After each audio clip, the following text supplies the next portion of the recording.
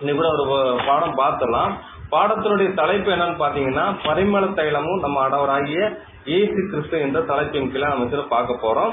ஏற்கனவே காலையில சகோதரர் ஒரு கவுன்சிலிங் சப்ஜெக்ட் கொடுத்தாரு. மறுபடியும் கவுன்சிலிங் சப்ஜெக்ட் கொடுக்கறதுக்கு நான் போகல. நம்ம ஒரு இது என்னன்னா, இயேசு கிறிஸ்து பாடுகளுக்குரியதான ஒரு சம்பந்தப்பட்ட ஒரு பாடமா இருக்கிறதுனால எனக்கு இதை தியானிக்க போறோம். படிச்சிடலாம். லூக்கா சுவிசேஷம் 7ஆம் அதிகாரம் 36 to 39 வரைக்கும். பரிசேயரில் ஒருவன் தன்னுடனே போஜனம் பண்ண வேண்டும் என்று அவரை வேண்டிக் கொண்டான். அவர் அந்த பரிசேயனுடைய வீட்டில் பிரவேசித்து இல்ல, லூக்கா சுவிசேஷம் 7ஆம் அதிகாரம் 36 to 39 வரை. பரிசேயரில் ஒருவன் தன்னுடனே போஜனம் பண்ண வேண்டும் என்று அவரை வேண்டிக் கொண்டான். அவர் அந்த பரிசேயனுடைய வீட்டில் பிரவேசித்து பந்தியிருந்தார். அப்பொழுது அந்த ஊரிலிருந்த பாவியாகிய ஒரு ஸ்திரீ அவர் பரிசேயன் வீட்டிலே பந்தியிருக்கிறதை அறிந்து ஒரு பரணியில் பரிமள தைலம் கொண்டு வந்து அவருடைய பாதங்களின் அருகே பின்னால நின்று அழுது கொண்டு அவருடைய பாதங்களை தன் கண்ணீரினால் நனைத்து தன் தலைமயிரினால் துடைத்து அவருடைய பாதங்களை முத்தம் செய்து பரிமள தைலத்தை பூசினால். அவரை அழைத்த பரிசேயன் அதை கண்டபோது, இவர் தீர்க்கதரிசியாய் இருந்தால் தம்மை தொடுகிற ஸ்திரீ இன்னாள் என்றும் இப்படிப்பட்டவர் என்றும் அறிந்திருப்பார். இவள் பாவியாய் இருக்கிறாளே என்று தனக்குள்ளே சொல்லிக் கொண்டார். இப்ப அந்த சீமன் யாருன்னு பாத்தீங்கன்னா, இவர் ஒரு குஷ்டரோகியா இருந்தவர். இயேசு கிறிஸ்து ஒரு அற்புத அடையாளம் பெற்றுக்கொண்டு சுகத்தை பெற்றுக்கொண்ட ஒரு மனுஷன் தான் யாரு பார்த்தீங்கன்னா சீமோன். இவர் பெத்தானியா ஊரை சேர்ந்தவர். சரியா? அப்ப அவரு என்ன நம்மளுக்கு இவ்வளவு பெரிதான ஒரு சுகத்தை கொடுத்திருக்கிறாரு. இவர் பாளையத்து புறமா தான் இருந்திருக்காரு. கொடுத்தோடனே இவருக்கு ஏதாவது கொடுப்பேன்னு சொல்லி அவர் என்ன பண்றாருன்னா, அவர் வீட்டுல கொண்டு அவர் சில ஒரு டின்னர் அரேஞ்ச் பண்ணி அவர் கொடுக்குறாரு. கொடுக்கும் போச்சுல இந்த சம்பவம் நடக்கும். அவர் நினைக்கிற மாதிரி இருக்கு. ஆனா சில சுவிசேஷங்களை பார்த்தீங்கன்னா அங்க வந்தவர்கள் நினைக்கிறாங்கன்னு சொல்றாங்க, சீஷர்கள் நினைக்கிறாங்க. ஒவ்வொரு சுவிசேஷத்துலயும் இந்த காரியங்கள் சொல்லப்பட்டிருக்கு. இந்த சம்பவம் பாத்தீங்கன்னா எந்த சுவிசேஷத்துல இடம்பெற்றிருக்கு?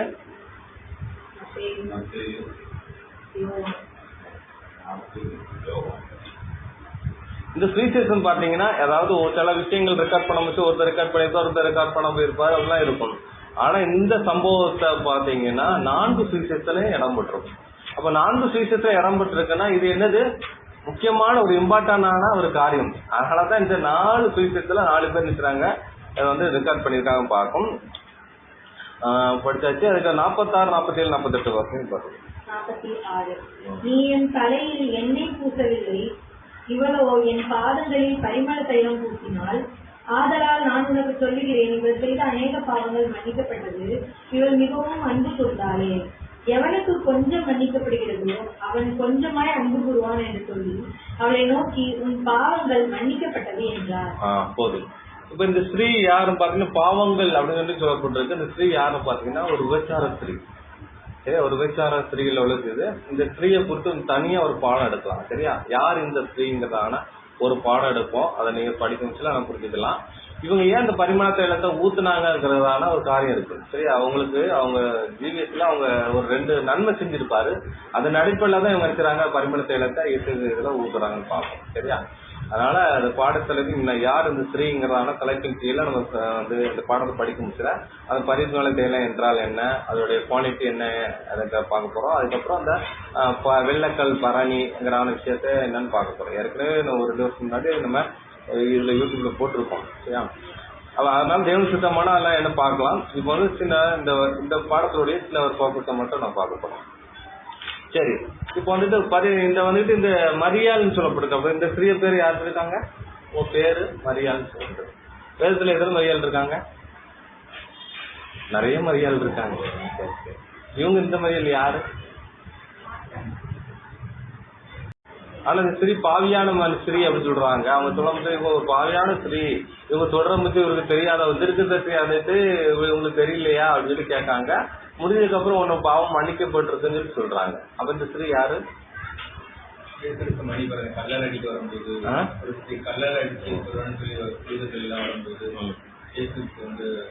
அந்த ஸ்திரீ அவங்க பாவம் அப்ப வந்து யார் அந்த ஸ்ரீன்னு சொல்லி ஒரு பாடம் இருப்போம்.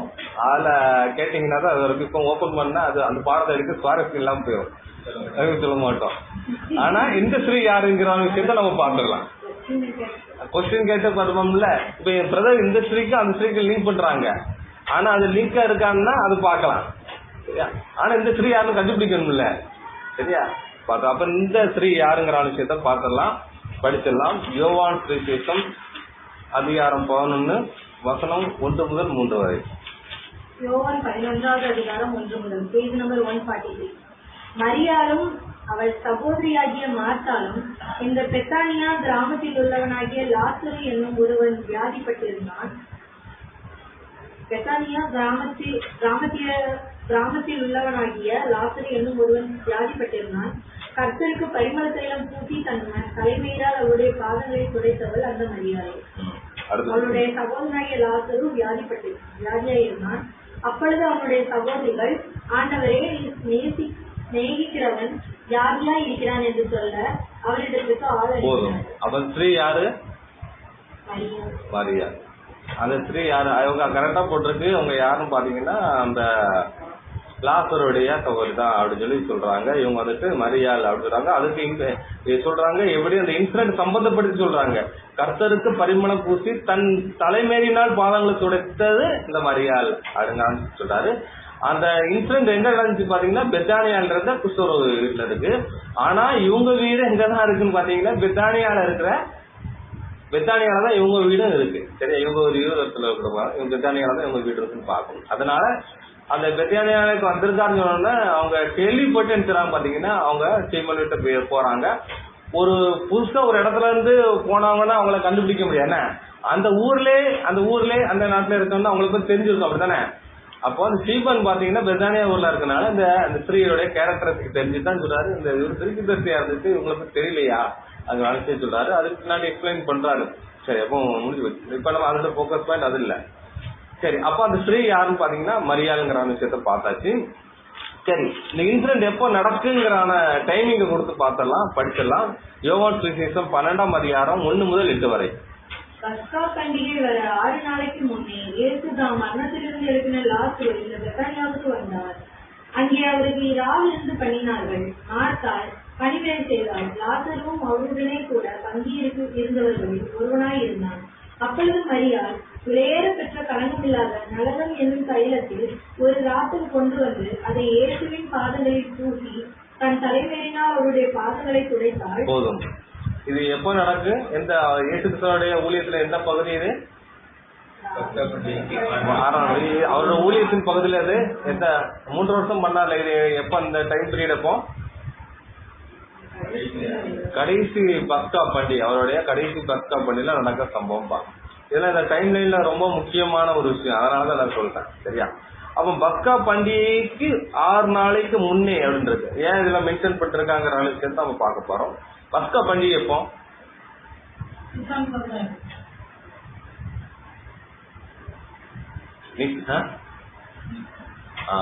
அதாவது பஸ்கா பண்டிகை அப்படின்னு பாத்தீங்கன்னா புளிப்பில்லா அப்ப பண்டிகை முதல் நாளின் இருக்கு. அப்ப முதல் நாள் 14ஆம் தேதி. அந்த பண்டிகை எப்ப கொண்டாடுறாங்க? 15ஆம் தேதியை தான் அந்த பண்டிகையா கொண்டாடுறாங்க. நம்ம எல்லாரும் என்ன நினைப்பாங்கன்னா பஸ்கா பண்டிகை 14ஆம் தேதி நினைப்போம். ஆனா ஆடு எப்ப அடிக்கப்படுது? 14ஆம் தேதி அந்திய நேரத்துல அடிக்கப்படுது. அதுக்கப்புறம் தான் பண்டிகையா கொண்டாடுறாங்க. சரியா? அத பஸ்கா பண்டிகை பஸ்கா அது நம்ம 100 நாள்ல வந்து டைம் லைன் போடுவோம். அந்த பஸ்கா பண்டிகை பார்ப்போம். அப்போ இந்த தெளிவா போடுவோம். இப்ப இங்க கேட்டீங்கன்னா வசன ஆதாரத்துல இவங்களுக்கு ப்ரெசென்ட் பண்ண முடியாது. ஆனா பஸ்கா பண்டிகைங்கிறது எப்பன்னா 15ஆம் தேதி. ஆனா அதனுடைய ஆரம்பம் பாத்தீங்கன்னா 14ஆம் தேதி ஸ்டார்டிங். ஆனா பண்டிகை எப்ப கொண்டாடுறோம் பாத்தீங்கன்னா அந்த கவுண்டிங் எப்ப எடுக்க போறாங்க பாத்தீங்கன்னா அந்த 15ஆம் தேதி தான். ஏன்னா அதான் 1 டே 14ஆம் தேதி. அதுக்கப்போ புளிப்புலாம் அப்ப பண்டிகை முதல் நாள் இருந்தீங்கன்னா அப்போ 14ஆம் தேதி வந்துட்டு ஈவினிங் புளிப்பை ஓரம் கட்டிட்டு புளிப்பில்லாத அப்பந்தான் அவங்க சுட ஆரம்பிச்சுவாங்க. 15ஆம் தேதி தான் பண்டிகையை ஆசரிப்பாங்க. சரி, அதற்காக பண்டிகையாகிய ஆமா வசனம் இருக்கு. அப்படி பாத்தீங்கன்னா 14ஆம் தேதியில இருந்து அந்த புளிப்பை ஸ்டாப் பண்ணிட்டு அதுல புளிப்பில்லாத அப்பம் ஸ்டார்ட் பண்ணி பண்ணுவாங்க. 15ஆம் தேதி தான் அந்த 1 டே டேட் அங்க இருந்தா கவுண்டிங்கே ஆகும். சரியா? பஸ்கா பண்டிகை எத்தனை நாள் கொண்டாடுவாங்க? 7 நாள் வருவோம். அப்ப 15, 16, 17, 18, 19, 20, 21 7 நாள் ஆயிட்டா. அப்போ பண்டிகை எங்க பண்றாங்கன்னா 15ஆவது. சரியா? சரி, இப்போ 6 நாளைக்கு முன்னாடி அப்படின்னு சொல்றாங்க. அப்படின்னா அப்ப அதுல இருந்து எப்போ 15ல இருந்து 6 நாள் எப்போ வரும்? அது முன்னாடின்னா எப்படி வரும்? அது எத்தனை டேட்டா இருக்கும்? 10 இல்லாட்டா 9 எக்ஸாக்டா இருக்காது. அப்ப நம்ம 10 சொல்லி நாளைக்கு வச்சுக்கலாம்னு வைங்களேன். 10ன்னா அப்போ ஆடு எப்போ செலக்ஷன் பண்ணணும்? 10ஆம் தேதி. சரியா? அப்ப இதுக்கு அதுக்கு ஏதோ ஒரு சம்பந்தம் இருக்கு. சரியா? அப்போ அந்த சம்பவத்துக்கும் ஏதோ ஒரு சம்பந்தம் இருக்கு. சரியா? இந்த மைண்ட்ல வச்சுட்டு அதுக்கப்புறம் பாடத்துக்குள்ள போகலாம்.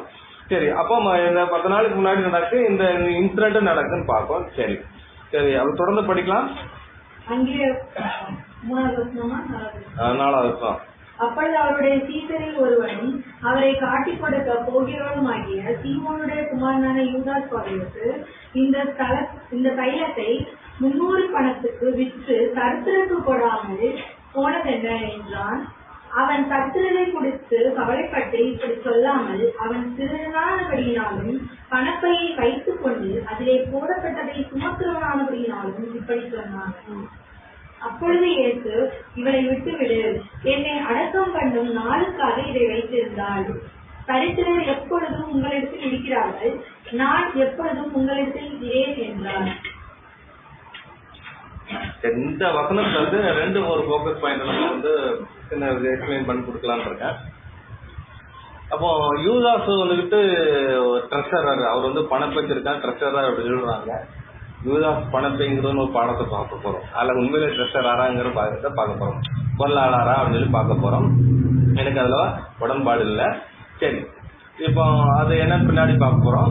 அதுக்கப்புறம் பாத்தீங்கன்னா இவளை விட்டு விடுங்க அடக்கம் பண்ணும் நாளுக்காக என்ன வைத்திருந்தார். அப்ப தைலத்தை வந்துட்டு பாத்தீங்கன்னா அவர் சாகரக்காக வச்சிருக்கான்னு பார்க்கணும். இப்போ இந்த மரியாளுக்கு எத்தனை வயசா இருக்கும்? ஏசுக்கு எத்தனை வயசு? அப்போ 33 வயசு. ஒரு நார்மல் டெத்துனா எத்தனை வயசு வச்சு ஆவாங்க? ஒரு 70-80 வயசு வரை இருக்கலாம், மேபி இருக்கலாம். சரியா? அப்ப இயேசு கிறிஸ்து வந்துகிட்டு எப்ப மதிப்பெண் உங்களுக்கு தெரியுமா? டீச்சர்களுக்கே தெரியல, அவரு சொன்னியும் தெரியல. அப்போ பாத்தீங்கன்னா அவங்க எந்த மரணத்து நாளுக்காக வைத்திருந்தாலும் சொல்லி கரெக்டா நவர் ஆகிடுச்சுன்னு சொல்றாங்க. ஏன்னா இயேசு கிறிஸ்து யாரும் மறைக்க முடியாது. ஏன்னா அவரோட பிரசங்கம் பண்ண முடிச்சுதான் யாரோட இதயத்துல என்ன இருக்குன்னு தெரிஞ்சே அவனுச்சிடுவாரு, பேசிடுவாரு. தெரிஞ்சே அவன் சொல்லி அதோடைய அந்த காரியங்கள் எல்லாம் பேசி அந்த ஓமிய மூலமும் பேசுறாரு. அப்போ அந்த ஸ்திரீகளோட மனசுல என்ன இருக்குங்கிற விஷயத்த அவர் தெரிஞ்சுதான் என்ன சொல்றாரு, அவர் சொல்றாரு இந்த நாளுக்காக வைத்திருந்தாளுங்கிற விஷயத்த அவர் சொல்றான்னு பார்க்கணும். வைத்திருந்தான்னு சொல்லியிருக்காரு. அப்ப என்னங்கிற விஷயத்த நம்ம பார்க்க போறோம். இதுல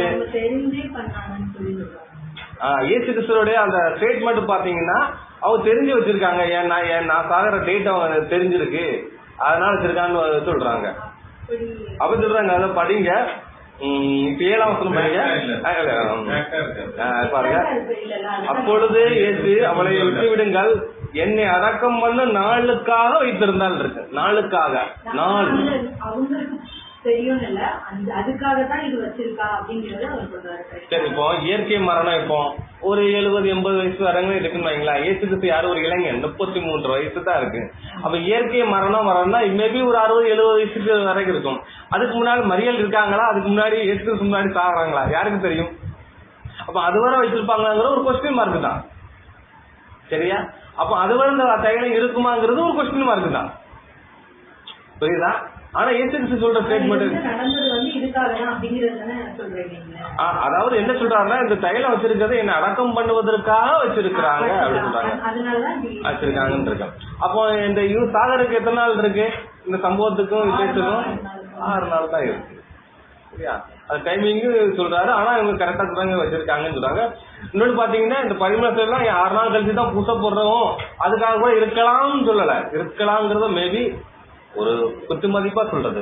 ஆனா இவரு ஆண்டவரை ஈர்த்து செஞ்சுறாங்க, பர்டிகுலரா எனக்காக தான் வச்சிருக்காங்க அப்படிங்கிற விஷயத்த அவங்க சொல்றாங்கன்னு பார்க்கணும். சரி, அப்போ இயேசு கிறிஸ்து பயணித்த சீஷர்களுக்கு தெரியுமா அந்த விஷயத்த? அப்படிங்கிற விஷயத்த பார்க்க போறோம். படிச்சிடலாம். மார்க்கு 9ஆம் அதிகாரம் 31-32. ஏனெனில் மனுஷகுமாரன் மனுஷ கைகளில் ஒப்பு கொடுக்கப்படுவார் என்றும் அவர்கள் அவரை கொன்று போடுவார்கள் என்றும் கொல்லப்பட்டு 3ஆம் நாளிலே உயிர் தெழுந்திருப்பார் என்றும் அவர் தம்முடைய சீசர்களுக்கு போதகம் பண்ணி சொல்லி இருந்தார். அவர்களோ அந்த வார்த்தையை அறிந்து கொள்ளவில்லை. அதை குறித்து அவரிடத்தில் கேட்கவும் பயந்தார்கள். அப்ப இயேசு கிறிஸ்து இந்த வார்த்தையை எவ்வளவு நாள் சொல்லியிருப்பாரு? 3 வருஷம் அவங்க சொல்லிட்டே இருந்திருப்பாங்க. ஆனா கூட இருந்தும் அந்த மண்டையில உரைச்சிச்சான்னு பாத்தீங்கன்னா அவங்களுக்கு அந்த வயதுல உரைக்கவே இல்லை. அது ஸ்ரீக்கு எப்படி உரைச்சிச்சு? இதே வார்த்தையை அவங்க மட்டும் சொல்லியிருப்பாங்கல்ல. சீசர்கள் நிலமுச்சுல ஏதோ பொதுக்கூட்டத்துல பேசியிருப்பாரு. அப்ப இவங்களும் இருந்திருப்பாங்க. சரியா? எதிர்க்காம இவங்களுக்கு தெரிஞ்சிருக்காரு. சரி, அப்படித்தானே? எதிர்க்காம இவங்க எதுவும் வச்சிருக்க மாட்டாங்க. அப்போ அது கரெக்டா சொல்றாங்க. அவர் எந்த பண்டிகையில இறக்க போறாரு, யாராலும் பிடிச்சி இறக்க போறாங்க விஷயத்த ரொம்ப பர்டிகுலரா ரொம்ப எக்ஸாக்டா சொல்லிடுறாரு. 30 நாளும் சாக போறேன், மற்ற பண்டிகைல சாக போறாங்கிற விஷயத்த சொல்றாங்க. அப்போ அந்த ஸ்திரீ என்ன போறாங்க, அவர் சொல்ற வார்த்தைய ரொம்ப உன்னிப்பா கேட்கறாங்க. கேட்டனாலதான் இது பண்ணிருக்காங்க. சரியா? அப்ப மரியாள் எப்படி இருந்தாங்க? அவங்க இயேசு கிறிஸ்து பிரசங்கம் பண்ணது எந்த டிஸ்டன்ஸ்ல இருந்தாங்க? இதுதான் ஒரு ஹைலைட். அவங்க எந்த பக்கத்துல எவ்வளவு பக்கம்? பாதத்துல இருந்தாங்க. அதான் விஷயம். இப்போ இதான் ஒரு மெயின். எப்படின்னா இப்போ ஒரு வாத்தியார் பாடம் எடுக்கும் சில தூரத்துல இருந்து கேட்டா எப்படி கேட்குமா? கேட்கும். அக்கா அவங்க கேட்கும். இன்னொரு பாத்தீங்கன்னா ஸ்கூல்ல இருந்தாலும் எதுவும் சரி, ஒரு பாடத்தை எடுக்க முடிச்சு ஆர்வமா இன்னொன்னு பாத்தீங்கன்னா சில பாடங்கள் எடுக்க முடிச்சா நல்லா படிக்கிறவங்க நினைச்சவங்க வாலண்டியர்ஸ் வர முன்னே கேட்பாங்க, என்ன ஒரு நான் கேட்கணும் அப்படின்னு சொல்லி. சில பிள்ளைகள் தூரமா இருக்கும், வாத்தியார் பிடிச்சி இழுத்து விட்டு முன்னாடி எடுத்துட்டு படிப்பாங்க. 2 அனுபவம் இருக்கு. ஒண்ணு தானா முன் வர்ற விஷயமும் இருக்கு. இன்னொன்னு என்ன சொல்றாங்க, வாலண்டியர்ஸ அவர் பிடிச்சி கொண்டு பாக்குறது இருக்கு. சரியா? அப்போ ஒரு பிரசங்கத்தை அப்ப தூரத்துல இருந்து கேட்டா அவங்க கேட்க முடியாதா, லிசன் பண்ண முடியாதா அப்படின்னு பாத்தீங்கன்னா, தூரத்துல இருந்து தேவனுடைய வார்த்தை கேட்கலாம், பக்கத்துல இருந்து வார்த்தை கேட்கலாம். ஆனால் நீங்க எங்க இருந்து கேட்டாலும் சரி, இப்ப பக்கத்துல இருந்து கேட்டவொடனே உங்களுக்கு புரியுமான்னு கேட்டீங்கன்னா கூட புரியறதுக்கு வாய்ப்பு இருக்கு. எப்படின்னா நம்ம மனதை தூரத்தை வச்சுக்கிட்டு பிரசங்கத்தை கேட்டீங்கன்னா புரியுமா? வந்துருவாங்க. இல்ல நம்ம பக்கத்துல இருந்துகிட்டு மனதை தூரமா வச்சுக்கிட்டு இருந்தா நமக்கு புரியுமா? புரியாது. அப்போ உள்ளது டிஸ்டன்ஸ். பிரசங்கம் பண்றது டிஸ்டன்ஸ்ல இருக்காங்க, அவங்க மனதை பக்கத்துல வச்சிருக்காங்க. புரியுமா? புரியாது. புரியும். அப்போ இதுல இருந்து என்ன தெரியுது, பக்கத்துல இருக்கிறதுனால புரியும் கிடையாது, அந்த கேட்ச் பண்ற விஷயம் தான். அதனால பாத்தீங்கன்னா டீச்சர்கள் பக்கத்துல இருந்து கேட்டிருப்பாங்க, தூரத்துல இருந்து கேட்டிருப்பாங்க, அந்த விஷயத்தை அவங்களால கேட்ச் பண்ண முடியல. அதுதான் முக்கியம். அப்ப தேவனுடைய வார்த்தை இங்க பேசினாலும் சரி, எங்க பேசினாலும் சரி, பைபிள் படிக்கிறதுனாலும் சரி, நம்ம கருத்துக்களை உணர்ந்து படிக்கணும். படிச்சாதான் என்ன செய்யுது, மைண்ட்ல ஸ்டோரேஜ் ஆகும் வழியே வேற எதுவும் ஸ்டோரேஜ் ஆகல. இந்த பாடம் எடுக்கிறதுக்கு முகாந்திரம் என்னன்னு பாத்தீங்கன்னா, நம்ம பைபிள் படிச்சிருக்கோம், அது ஸ்டோர் ஆகலனாலதான் விஷயத்த நம்ம கத்துக்கிட்டு பிரசன்ட் பண்றோம். இல்லாட்டா நமக்கு ஒரு ஸ்கிரிப்டையோ வேற யாரும் சொன்னதையோ படிச்சு பேசல. அப்ப இதுல என்ன கேட்டா, நீங்களும் அந்த மாதிரி பயிற்சிக்கு போங்க.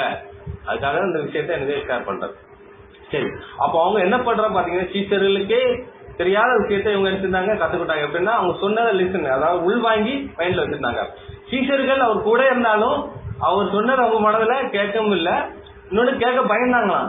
ஏன் அப்படின்னு சொல்லி. ஆனா ஸ்ரீ என்ன பண்ணிருக்கலாம் தான் கேட்டிருப்பாங்க. என்ன கேட்டிருப்பாங்க, ஏன் அடிக்கணும், ஏன் இருக்கணும், அவர் சொல்லியிருக்கலாம். சொன்னாலும் சொன்னதை வச்சு கூட இவங்க ஆயத்து பண்ணிருக்கலாம் தான் இல்லை, இதுதான் எக்ஸ்ட்ரா சொல்ல. அப்போ அது ஏதோ ஒரு வருஷத்துல அவங்க நினைச்சிருக்காங்க, மரண நாளுக்கு நம்புறது வாய்ப்பு இருக்கு. அதனால வச்சிருக்காங்க. அப்ப இவங்க 2 பேரும் கான்வர்சேஷன் நடந்திருக்கும் சொல்லியிருப்பான். அந்த ஸ்திரீ கூட வச்சிருக்க வாய்ப்பு இருக்குன்னு பார்க்கணும். சரி, சுவிசேஷத்துல கூட இது சொல்லப்பட்டிருக்கும். மார்க்கு 14ஆம் அதிகாரம் 8ஆம் வசனம் படிங்க.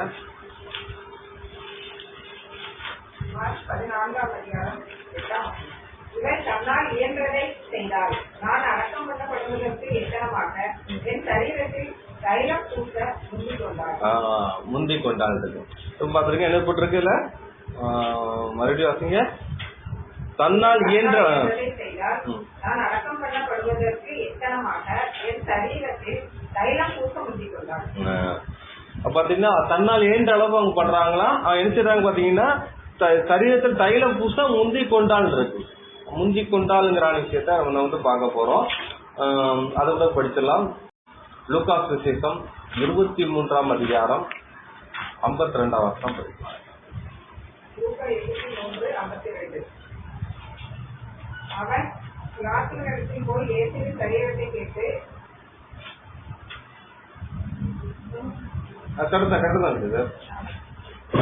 அதை இறக்கி மெல்லிய துப்பட்டியை சுற்றி கண்மலையில் வெட்டப்பட்டதுமாய் ஒரு காலும் ஒருவனும் வைக்கப்படாததுமாய் இருந்த ஒரு கல்லறையிலே வைத்தான். அந்த நாள் ஆயத்த நாளாய் இருந்தது. ஓய்வு நாளும் ஆர்வமாயிற்று.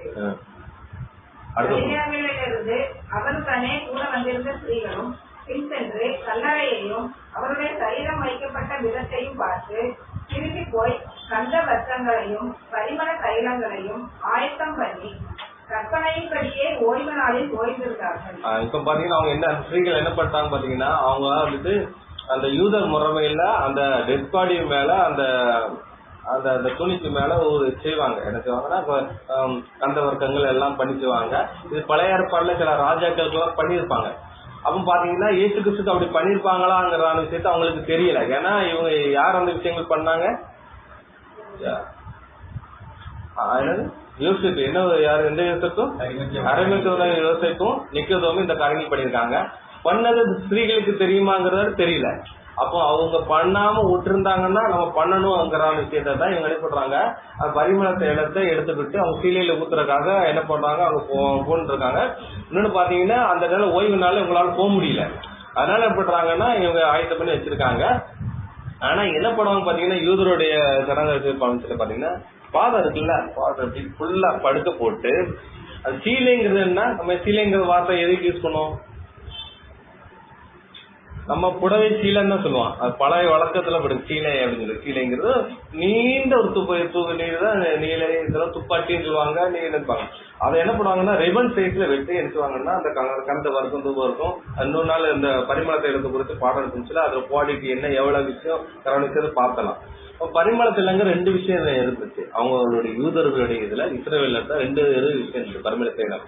ஒன்னு ஆசாரிப்பு கூடாரத்தை யூஸ் பண்ண பரிமள தைலம் இருக்கு. அந்த அதை வந்துட்டு ஆசாரிப்பு கூட தான் யூஸ் பண்ணுவாங்க. அந்த பரிமளத்தை நல்ல ஸ்மெல்லா இருக்கும். அதை மனிதனுடைய சரீரத்தை யூஸ் பண்ணக்கூடாது.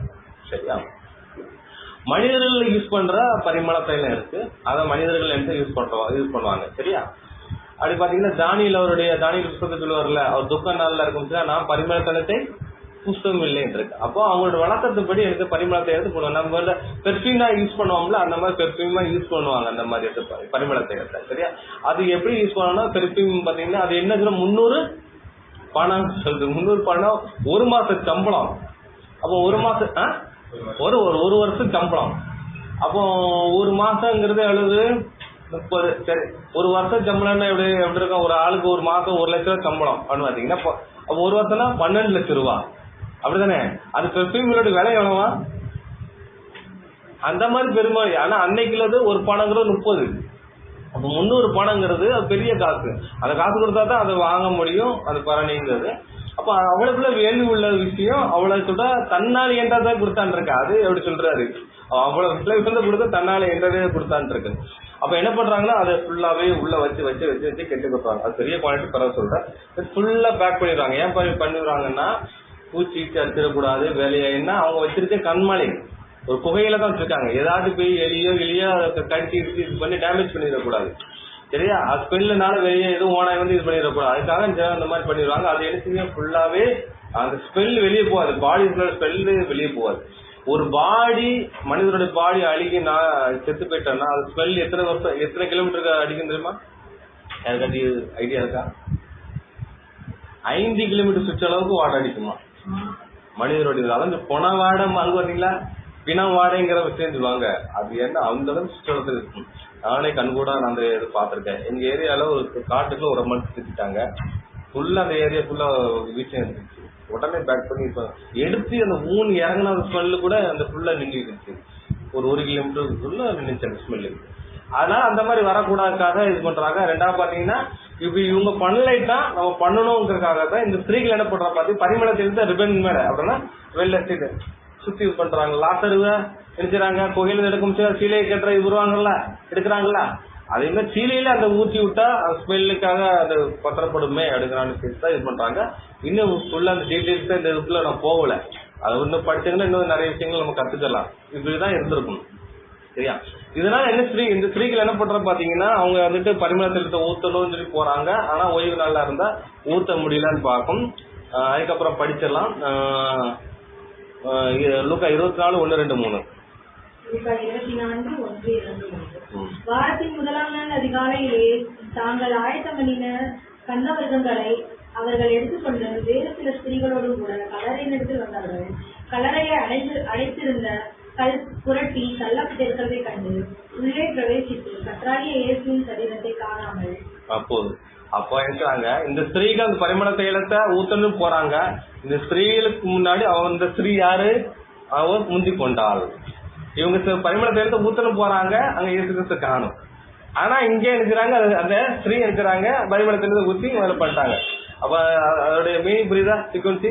அப்போ பரிமள தைலத்தை அதான் அங்க இயேசு கிறிஸ்து சொல்றாங்க இவங்க முந்தி கொண்டாங்க. எதுக்கு முந்தி கொண்டாங்க? இந்த ஸ்திரீகள் பரிமள தைலத்தை ஆயத்தம் பண்ணி கொண்டு போறதுக்கு முன்னாடி உயிர் தெரிஞ்சுட்டாரு.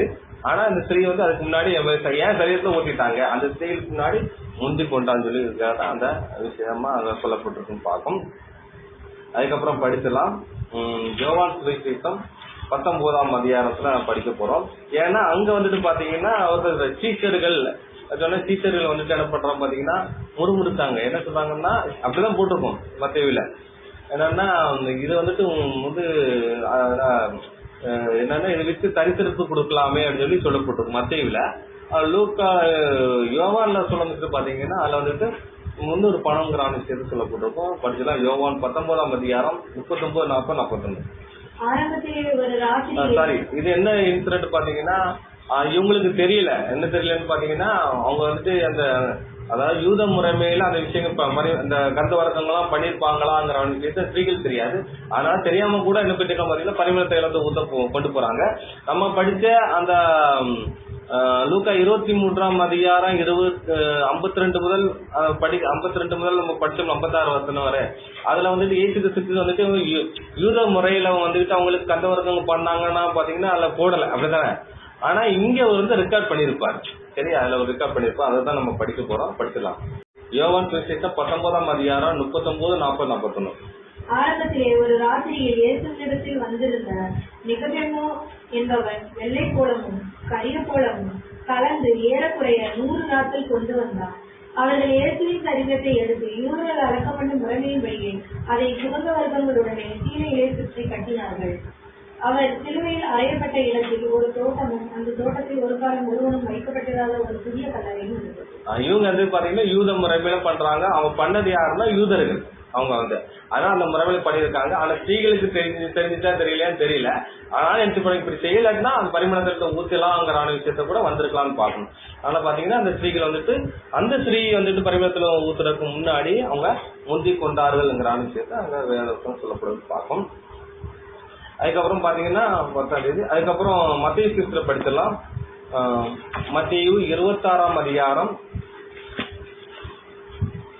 7 முதல் 10 வசனம் வரை படிக்கலாம்.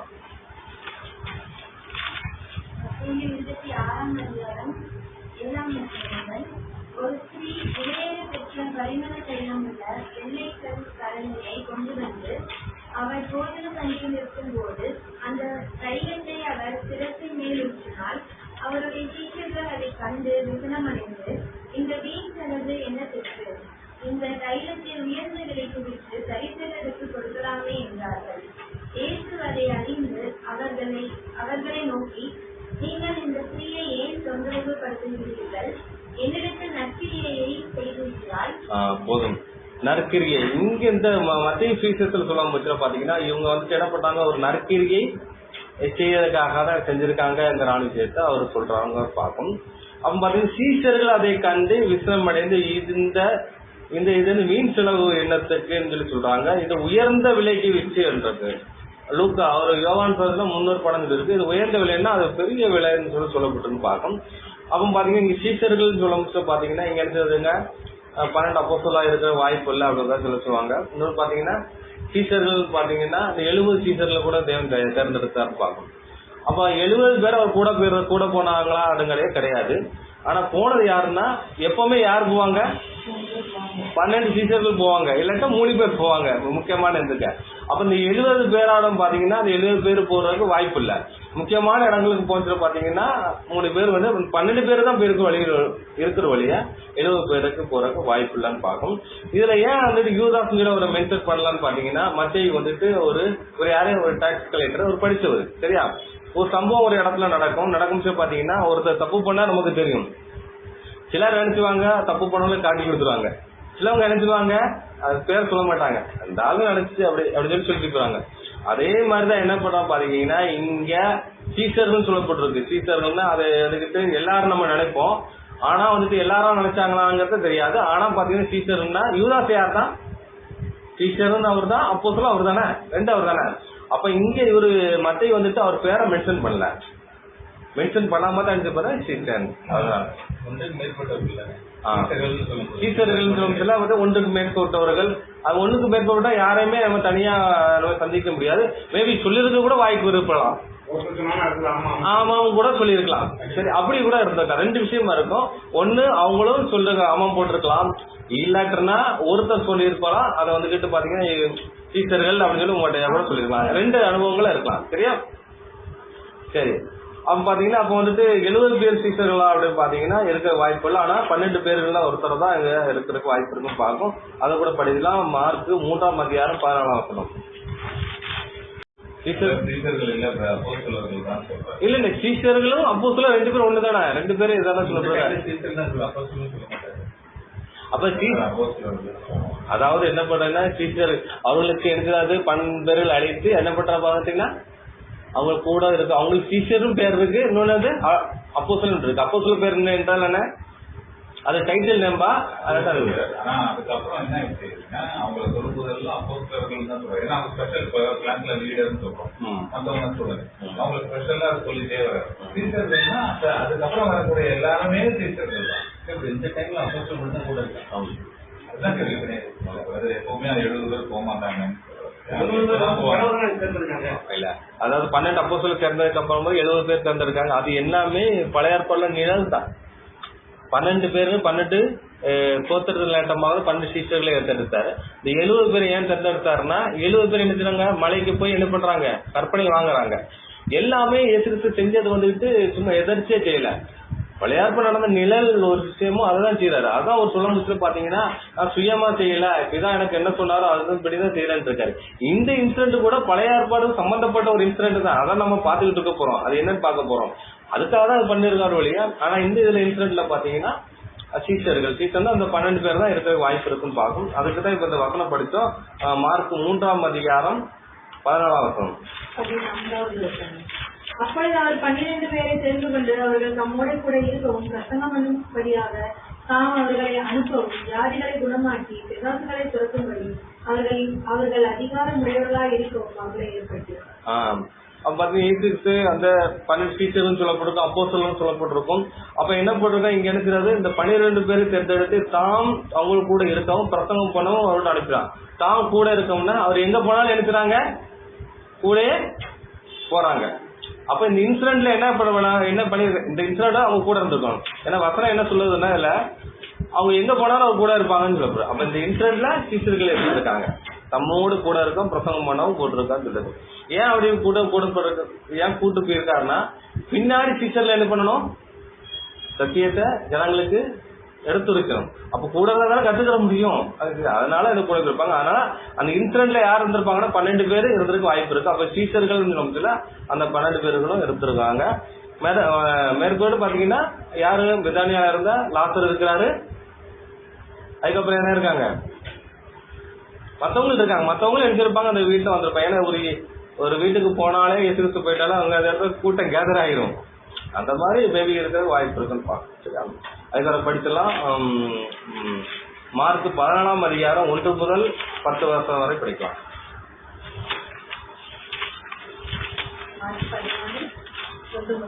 1 முதல் 10 வரை. 2 நாட்களுக்கு பேஜ் நம்பர் 70.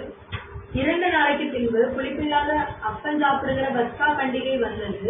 அப்பொழுது பிரதான ஆசாரியரும் வேதபாரகரும் அவரை தந்திரமாய் பிடித்து கொலை செய்யும்படி வகை தேடினார்கள். ஆகிலும் ஜனங்களுக்குள்ளே கலகம் உண்டாகாதபடிக்கு பண்டிகையிலே அப்படி செய்யலாகாது என்றார்கள். அவர் பெத்தானியாவில் குஷ்டரோகியாய் இருந்த சீமோன் வீட்டிலே போஜன பந்தியில் இருக்கையில் ஒரு ஸ்ரீ விலையேற பெற்ற நலதம் என்னும் உத்தம தைலம் உள்ள வெள்ளைக்கல் பரணியை கொண்டு வந்து அதை உடைத்து அந்த தைலத்தை அவர் சிரசின் மேல் ஊற்றினார். அப்பொழுது சிலர் தங்களுக்குள்ளே உத்தரமடைந்து, இந்த தைலத்தை இப்படி வீணாய் செலவழிப்பானேன், இதை 300 பணத்துக்கு அதிகமான கிரயத்துக்கு விற்று தரித்திரருக்கு கொடுக்கலாமே என்று சொல்லி அவளை குறித்து முறுமுறுத்தார்கள். இங்க சிலர் என்று சொல்லப்பட்டிருக்கு, சிலர் என்று சொல்லப்பட்டிருக்கு. மத்தியில் என்ன போட்டிருக்கு, அங்க டீச்சர்கள் சொல்லப்பட்டிருக்கு. யோவான்ல பர்டிகுலரா யார சொல்லப்பட்டிருக்கு, யூதாஸ்ன்னு சொல்லி சொல்லப்பட்டிருக்கு. சரியா? அவன் பாத்தீங்கன்னா இங்க என்ன பண்றான், 2 நாளுக்கு பின் புளிப்புள்ள அப்பம் பண்ணிட்டு சுடுகிற பக்தா பண்டிகை இருக்குன்னு இருக்கணும். அவன் பாத்தீங்கன்னா இந்த இன்சிடென்ட் இவரு மார்க் இல்லாத சொல்லும் போதுல அந்த பக்த பண்டிகைக்குள்ள அந்த கால பகுதி இவரு எக்ஸாக்டா சொல்ல முடியல. 2 நாளைக்கு முன்னாடி ஆரம்பிச்சு நடந்துருக்காரு. ஆனா யோவான் என்ன சொல்ல நினைக்கிறாரு, அந்த டைமிங் ரொம்ப கரெக்டா சொல்லுவார், 6 நாளைக்கு முன்னாடிங்கிறாரு. அப்போ வந்து இதை கரெக்டா ஒரு அட்ரஸ் பண்ற 6 நாளைக்கு முன்னாடிங்கிறாரு. ஆனா மார்க்கர் வந்து தோராயமா சொல்றாரு, இந்த இன்சிடென்ட் எப்ப நடக்குன்னா பக்த பண்டிகை 2 நாளைக்கு முன்னாடி நடந்துச்சு, அதுக்கு முன்னாடி அப்படின்னு தான் சொல்றாரு. அது நடந்துச்சு அப்படின்னு சொல்லி சொல்றாரு. அதுக்கப்புறம் 300 பணங்கிற விஷயத்தை எங்க சொல்றான்னு பார்க்கும், தொடர்ந்து படிக்கலாம். இதை 300 பணத்துக்கு அதிகமான கிரயத்துக்கு விற்று தரித்திரருக்கு கொடுக்கலாமே என்று சொல்லி அவரை குறித்து முறுமுறுத்தார்கள். இயேசு அவர்களை நோக்கி, அவரை விட்டு விடுங்கள், ஏன் அவரை தொந்தரவுப்படுத்துகிறீர்கள், என்னிடத்தில் நற்கிரியை செஞ்சிருக்கிறார். இதான் போக்கஸ் பாயிண்ட். நற்கிரியன் இருக்கு. அது என்ன நற்கிரியங்கிற விஷயத்த நம்ம வந்து பின்னாடி பார்க்க போறோம். தரித்திரர் எப்போதும் உங்களிடத்தில் இருக்கிறார்கள். உங்களுக்கு மனதுண்டாகும் போதெல்லாம் நீங்கள் அவர்களுக்கு நன்மை செய்யலாம். நானும் எப்போதும் உங்களிடத்தில் இருக்கிறேன். இவர் தன்னால் இயன்றதை செய்தால் நான் அடக்கம் பண்ணப்படுகிறதற்கு எத்தனமாக என் சரீரத்தில் தைலம் பூச முந்திக் கொண்டார். இந்த சுவிசேஷம் உலகத்தில் எங்கெங்கே பிரசங்கிக்கப்படும், அங்கெங்கே இவரை நினைப்பதற்காக இவர் செய்ததும் சொல்லப்படும் என்று மெய்யாகவே உங்களுக்கு சொல்லுகிறேன் என்றார். இப்ப இங்க வந்துட்டு பாத்தீங்கன்னா இந்த சம்பவத்துல ஒரு சுவிசேஷம் இருக்குதான். இப்ப நம்ம என்ன நினைப்போம், இந்த இன்சிடென்டே சுவிசேஷம் சொல்லி நினைச்சிருப்போம், இங்கெல்லாம் அறிவிக்கப்படுது இருக்கு. ஆனால் இந்த இன்சிடென்ட்டுக்குள்ள ஒரு சுவிசேஷம் இருக்கு. அதுதான் என்ன நினைச்சப்ப இப்ப பார்க்க போறோம். அப்ப அவன் வந்துட்டு அந்த பெண் என்ன பண்றா பாத்தீங்கன்னா வந்துட்டு நற்கிரியை செஞ்சிருக்கான்னு சொல்லப்பட்டிருக்கு. எல்லா இதுல இந்த சுவிசேஷம் அப்படின்னு சொல்லி சொல்லப்பட்டிருக்கல. சில இடத்துல இந்த சுவிசேஷம் எங்கெல்லாம் அறிவிக்கப்படுதோ அங்க இது பண்ணப்படுதுன்னு சொல்லப்படுதுன்னு பாக்கணும். அப்ப இந்த இன்சிடென்ட்ல ஏதோ ஒரு சுவிசேஷம் இருக்கு, ஏதோ ஒரு சத்தியம் இருக்கு. அது என்னங்கிற விஷயத்த நம்ம வந்து பார்க்கலாம். அடுத்த வருஷம் படிங்க. அப்பொழுது 12 ஒருவனாகிய யூதாஸ் என்பவன் அவரை பிரதான ஆசிரியருக்கு காட்டி கொடுக்கும்படி அவர்கள் இடத்துக்கு போனார். அடுத்த வருஷம் படிங்க. அவர்கள் அதை கேட்டு சந்தோஷப்பட்டு அவனுக்கு பணம் கொடுப்போம் என்று வாக்குத்தத்தம் பண்ணினார்கள். அவன் அவரை காட்டி கொடுப்பதற்கு தகுந்த சமயம் பார்த்து கொண்டிருந்தான். அப்போ அவன் பாத்தீங்கன்னா இதுல என்னன்னு பாத்தீங்கன்னா இயேசு கிறிஸ்துவ வந்துட்டு இவரு காட்டி கொடுத்து பணம் வாங்குறதுக்கு என்ன அவர்கிட்ட கிடையாது. என்ன பாத்தீங்கன்னா ஒரு எழுச்சியில போய் இவர் செய்யறாரு இந்த காரியம் இன்சிடென்ட். ஏன்னா இயேசு கிறிஸ்து சொல்றாரு, அப்ப வந்து அந்த செயலை பார்த்து சொல்றாரு, இது 300 பணத்துக்கு எடுத்து தரித்திரத்துக்கு கொடுக்கலாமே சொல்லிட்டாரு. இது யார் சொன்னான்னு பாத்தீங்கன்னா இயேசு கிறிஸ்து தான். இயேசு கிறிஸ்துவ ஃபாலோ பண்ற ஒரு என்ன ஜபால தலைவர் வந்து கேட்கான், நான் வந்து நித்திய ஜீவனை பெற்றுக்கொள்ள என்ன வேணும்னு சொல்லி கேட்காம சொல்ல அவர் சொல்றாரு, நீ வந்து கற்பனை கை கொள்ள அப்படின்னு சொல்றாரு. அப்படின்னு சொல்றாரு, நான் சிறு வயசுல இருந்தே கை கொள்றேன் அப்படின்னு சொல்ல. அப்ப நீ நித்திய ஜீவனை பெற்றுக்கொள்ளா அவன் உன்னுடைய சொத்தை விட்டு ஏழைகளுக்கு கொடு, அதுக்காக எனக்கு பின்பற்றி வா அப்படின்னு சொல்றாரு. இதை புடிச்சுக்கிட்டு இவரு கேட்கிறாரு. அப்போ வந்து இது வித்து ஏழைகளுக்கு கொடுத்துடலாமே, அது நல்ல காரியம் தானே, இது பண்ணிடலாமே அப்படின்னு சொல்லி சொல்றாரு. ஏசு கிறிஸ்து பேசுற வார்த்தையை வச்சு இவர் மடக்கிறாரு, யூதாஸ் பேசுறாரு இல்ல அப்படின்னு சொல்லி சொல்றாரு. ஆனா இவர் என்ன பண்றாரு பாத்தீங்கன்னா, இவர் என்ன பண்றாரு, அப்போ நம்ம ஒரு பணத்தை வாங்கி ஏழைகளுக்கு செய்ய பஸ்கா பண்டிகையில ஏழைகளுக்கு ஏதாச்சும் கொடுப்பாங்க வழக்கம். அப்ப அவர் என்ன சொல்றாருன்னா, இதை வந்துட்டு பஸ்கா பண்டிகை வர இதா இருக்கு, இப்ப இந்த 300 பணம் வைக்கும் கொடுத்து ஏழைகளுக்கு கொடுத்து நல்லா பண்ணலாமே கேட்கறதுக்காக தான் அவர் சொல்றாரு.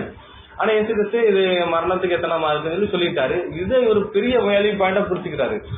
இயேசு கிறிஸ்து சொன்னாரு செய்ய முடியாது, நம்மள சொல்ற இது பண்றாரு அப்படின்னு சொல்லிட்டு தான் கோவத்தோட வராரு. வந்துதான் எனக்கு வந்து இயேசு கிறிஸ்து காட்சி கொடுக்கறதுக்கு என்ன சொல்றாரு பாத்தீங்கன்னா, நான் காசு கொடுக்க ஆனா பணம் தருவியா அடுக்கிறாரு. பணம் தருவியான்னு கேட்கிறாரு. பணத்தை வாங்கி செய்வாரு, இவர் ஏழைகளுக்கும் செய்வாரு. புரியுதா? அப்போ அவரு சொன்னதை செய்யும்படியாக இவர் என்ன பண்றாரு பாத்தீங்கன்னா, அந்த பணத்தை முன் வந்து கூட அவங்க சரி வாக்குத்தத்தம் பண்ணிடுற, சரிப்பா நான் பணம் தந்துடுறேன் அப்படின்னு சொல்லி வாக்குத்தம் பண்றாங்க. எப்போ 30 வெள்ளிக்காசை கொடுத்துறாங்க. சரியா? இல்ல இந்த மீனிங்ல தான் இது பண்ணிருக்கிறாரு. ஏன்னா இயேசு கிறிஸ்து சொல்றாரு, கேட்க முச்சுல வேண்டாம்னு சொல்றாரு. ஆனா யூதாசு பெரிய ஒரு ஆளு, பின்னாடி இந்த பாடம் பார்க்கலாம்னா அவர் சாதாரண ஒரு பணக்காரரு.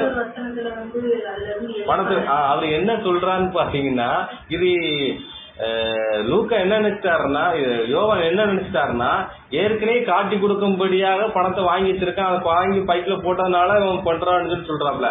ஆனா அவரு ட்ரெஷரா இருக்காரு, பொருளாளரா இருக்காரு, எந்த வசனம் இல்ல. பின்னாடி நம்ம அதை பார்க்கலாம். சரியா? அவர் ட்ரெஷரா இருக்கான்னு பார்க்கலாம். பணப்பை வச்சிருக்கான்னு சொல்லிருக்காரு. அப்போ 30 வெள்ளிக்காசை எப்படி கொடுத்துருப்பாங்க?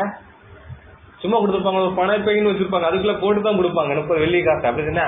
அதனால யோவான் என்ன நினைச்சிருக்காருன்னா, ஏற்கனவே இயேசுவை காட்டி கொடுக்கறதுக்காக பணத்தை வச்சிருக்கான், அதனாலதான் இவன் இந்த பணப்பை வச்சிருக்கிற அப்படின்னாலும் திருடனா இருக்கிற அப்படின்னா இருக்கும். அப்ப திருடான்னா அடுத்த வருஷம் கொள்ளடிக்கிறதும் திருட்டுறோம், அப்படிதான் நம்ம நினைச்சு போவோம்.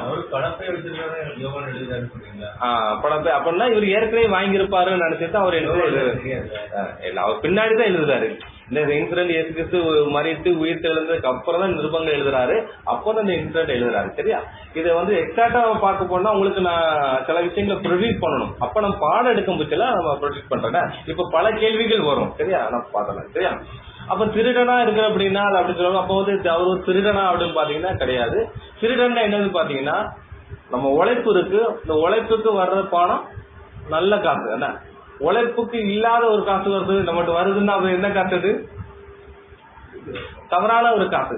அப்ப அது என்ன காசு? திருட்டு காசுன்னு சொல்றாரு. அப்ப இயேசு கிறிஸ்துவ வந்துட்டு காட்டி கொடுத்த காசு வந்துட்டு இவர் உழைச்சி வாங்கல, அதுக்காக இது திருடப்பட்ட காசு அப்படின்றதுக்காக தான் அந்த ஒரு மீனிங் பேசுறாரு. அப்படின்னு பார்க்கணும். பிறர் பொருளை அபகரிக்கிற பார்க்க பொருள் தான் திருட்டு பார்க்க. இவர் வந்து உழைப்புல பண்ணலையா? இல்ல இயேசு கிறிஸ்து காட்டி கொடுத்து வந்த பேரு தான் பின்னாடி மனம் வந்து தூக்கி வீசுறாரு, குச்சமலா ரத்தத்தை காட்டி கொடுத்தேன்னு சொல்லி வீசுறாரு. சரி, அது ஒரு பகுதி.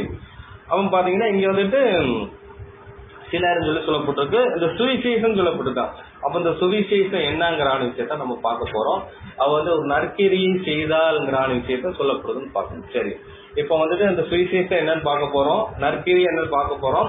அதுக்கப்புறம் அந்த இன்சிடென்ட் எப்ப நடக்கும் பாத்தீங்கன்னா 10ஆம் தேதி அது நடக்கு. 10ஆம் தேதி தான் அந்த ஆடு தேர்ந்தெடுக்கப்பட்டது பக்தா நிழல்ல. சரியா? இப்ப பாத்தீங்கன்னா இந்த இன்சிடென்ட் என்ன இது பாத்தீங்கன்னா, அப்ப இயேசு கிறிஸ்து யாரு? பலி மிருகம், பலி பொருள். இப்ப நம்ம வந்து ஆசாரி கூடாரத்தை குறித்து பாடலாம் பார்த்தோம், அப்படித்தானே? அப்போ வந்து ஆசாரி கூடாரத்தில் நடந்த எல்லா சம்பவங்களும், பலிபீடம் எல்லாமே யாரை குறிக்குது? கிறிஸ்துவ குறிக்குது. சரியா? இப்ப இயேசு கிறிஸ்து வந்துட்டு அவரோட நடந்த பலி இருக்கு, இயேசு கிறிஸ்து வந்து உயிர்நீத்தல வந்துட்டு 7 பலிகளும் சம்பந்தப்பட்ட பலி, அதுல ஒரு 10ஆம் பலியும் உண்டு. சரியா? அப்ப பாத்தீங்கன்னா இயேசு கிறிஸ்து இருக்கிறாங்க. இயேசு கிறிஸ்து யாரும் பாத்தீங்கன்னா இங்க ஒரு பலிபீடம். சரியா? அப்ப பழைய ஏற்பாடுல வந்துட்டு பலிபீடத்தை ஒண்ணு வந்து அவங்க சிருஷ்டிச்சுறாங்க. சிருஷ்டிச்சதுக்கு அப்புறம் பாத்தீங்கன்னா அதை வந்துட்டு அபிஷேகம் பண்ண முடிச்சு என்ன பண்றாங்க, முத ஓபன் பண்றாங்க. அந்த பலி மிருகத்தை அதுல வந்து பலி செலுத்த பண்ணணும்னா உடனே பண்ணல. அந்த ஆசாரி குலத்துல செய்யப்பட்ட பேஸ் எல்லாம் ரெடி பண்ணிட்டு அந்த 2ஆம் வருஷத்துல என்ன பண்றோம் பாத்தீங்கன்னா, அந்த எல்லா அந்த செய்யப்பட்ட இன்ஸ்ட்ருமெண்ட் எல்லாம் செஞ்சு முடிச்சதுக்கு அப்புறம் அங்க தயாரிக்கப்பட்ட பரிமள தைலத்தை எடுத்து வாஷ் பண்றாங்க. அதை வந்து அபிஷேகம் பண்றாங்க. அபிஷேகம் பண்ணிட்டு அதை எடுத்து பார்த்தாங்க, ஜனங்களுக்கு ப்ரொவைட் பண்றாங்க. அதை வந்து எனக்கு பயன்பாட்டுக்கு கொண்டு வராங்க. அதே மாதிரி பிரதியாடுபாடுல பாத்தீங்கன்னா இயேசு கிறிஸ்து யாரு? பலிபீடம். சரியா? அந்த பலிபீடத்தை என்ன பண்றாருன்னா, அந்த பலிபீடத்துலதான் என்ன நடக்கணும்? பலி மிருகம் அவர் தான், பலிபீடம் அவர் தான். அந்த பலிபீடத்தை வந்துட்டு என்ன பண்றாருன்னா, அது வந்து அந்த வந்து முதல்ல அதை ஒப்பு கொடுக்குறாரு. அப்போ உடம்புக்கு பாத்தீங்கன்னா அதை வந்து அபிஷேகம் பண்ணணும். அப்படிதானே? அபிஷேகம் பண்ண தான் அதை எடுத்தது இப்ப தைலத்தினால அபிஷேகம் பண்ணணும். அதே மாதிரி இயேசுக்கு சாகிறதுக்கு முன்னாடி 6 நாளுக்கு முன்னாடி பலிபீடமாக இயேசுக்கு இங்க ஒரு 3 என்ன பண்றாங்க? அபிஷேகம் பண்றாங்கன்னு சொல்லப்படுது. சரியா? இப்ப பாத்தீங்கன்னா அதை நம்ம பார்த்துட்டு அந்த வசனத்தை ஈக்குவலா என்ன செய்வது பார்த்து முடிச்சிடலாம்னு பார்க்க போறோம். சரி, அந்த இன்சிடென்ட் நம்ம வந்து பார்த்து படிச்சிடலாம். கொடுத்திருக்காரு இருக்கு.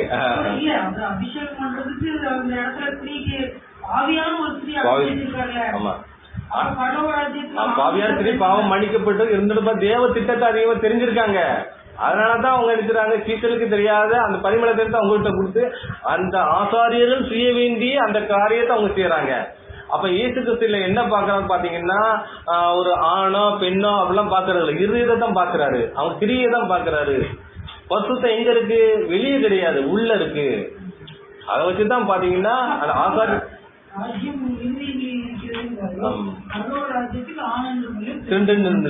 அப்ப பார்த்து கிறிஸ்து எடுக்கிறது ஆண் ஆதிக்கத்தை இங்கேயே உடைச்சிடறாரு பாக்கும்.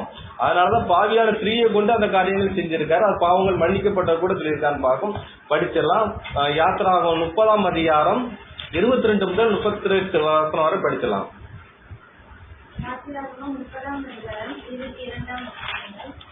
பின்னும் கர்த்தர் மோசேயை நோக்கி, மேன்மையான சுகந்த வர்க்கங்களாகிய சுத்தமான வெள்ளை போலத்தில் பரிசுத்த ஸ்தலத்தின் சேக்கரின்படி 500 சேக்கல் இடையெங்கும் சுகந்த கருவாப்பட்டையிலே அதில் பாதியாகிய 250 சேக்கல் இடையேயும் சுகந்த வசம்பில் 250 சேக்கல் இடையேயும் ரவங்கக்கட்டையில் 500 சேக்கல் இடையேயும் ஒலிவ எண்ணெயில் 1 குடம் எண்ணெயையும் எடுத்து அதனால் பரிமள தைலக்காரன் செய்வது போல கூட்டப்பட்ட பரிமள தைலமாகிய சுத்தமான அபிஷேக தைலத்தை உண்டு பண்ணுவாயாக.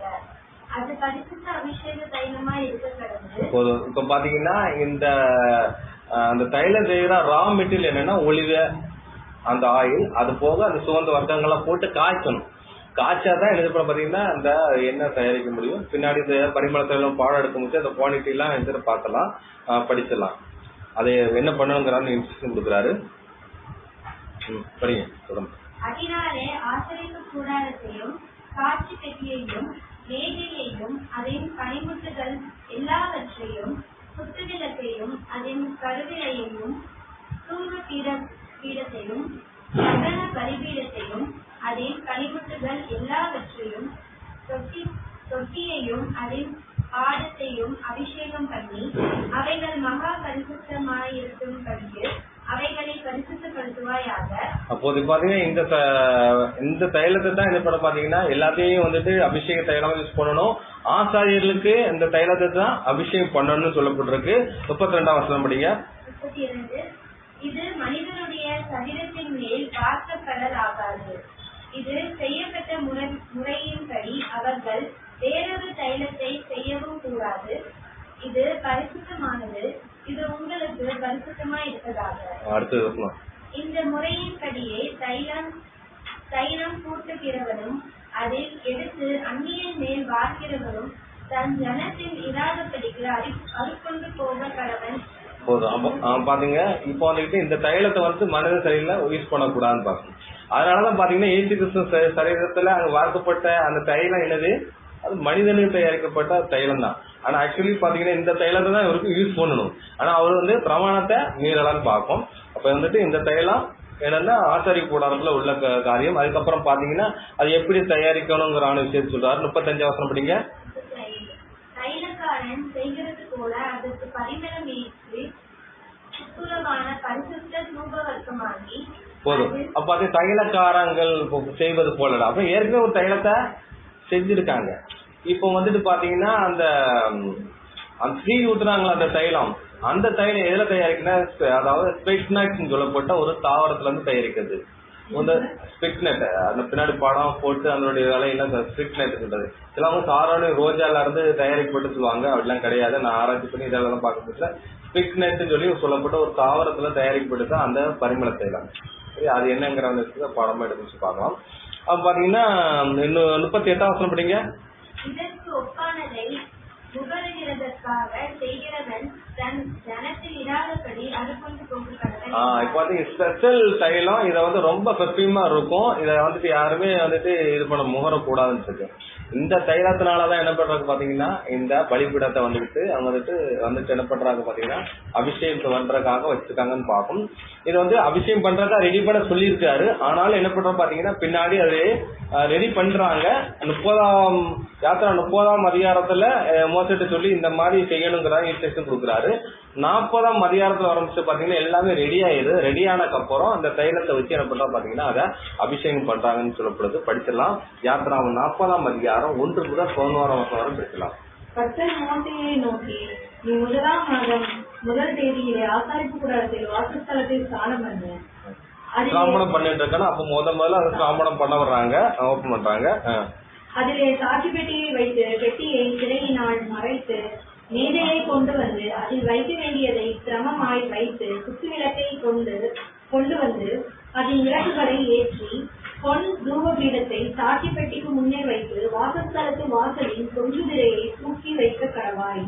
பின்பு தகன பலிபீடத்தை ஆசாரிப்பு கூடாரமாகிய வாசஸ்தலத்தின் வாசலுக்கு முன்பாக வைத்து தொட்டியை ஆசரிப்பு கூடாரத்துக்கும் பலிபீடத்துக்கும் நடுவே வைத்து அதிலே தண்ணீர் வார்த்து சுற்று பிரகாரத்தை நிறுத்தி பிரகார வாசல் தொங்கு திரையை தூக்கி வைத்து பாத்தீங்கன்னா இது எங்கெங்க எந்தெந்த பொருள் இங்க எல்லாம் செஞ்சுட்டாங்க, செஞ்சு எல்லாத்தையும் எங்கெங்க வைக்கன்னு சொல்லி இன்ஸ்ட்ரக்ஷன் எல்லாத்தையும் வச்சுட்டு அதுக்கு ரொம்ப வருஷம் அபிஷேக தைலத்தை எடுத்து வாசஸ்தலத்தையும் அதில் உள்ள யாவையும் அபிஷேகம் பண்ணி அதையும் அதில் உள்ள சகல பனிமுட்டுகளையும் பரிசுத்தப்படுத்துவாயாக. அப்பொழுது பரிசுத்தமாய் இருக்கும். சகல பலிபீடத்தையும் அதன் சகல பனிமுட்டுகளையும் அபிஷேகம் பண்ணி அதை பரிசுத்தப்படுத்துவாயாக. அப்பொழுது அது மகா பரிசுத்தமான பலிபீடமாய் இருக்கும். தொட்டியையும் அதன் பாதத்தையும் அபிஷேகம் பண்ணி பரிசுத்தப்படுத்துவாயாக. போதும்.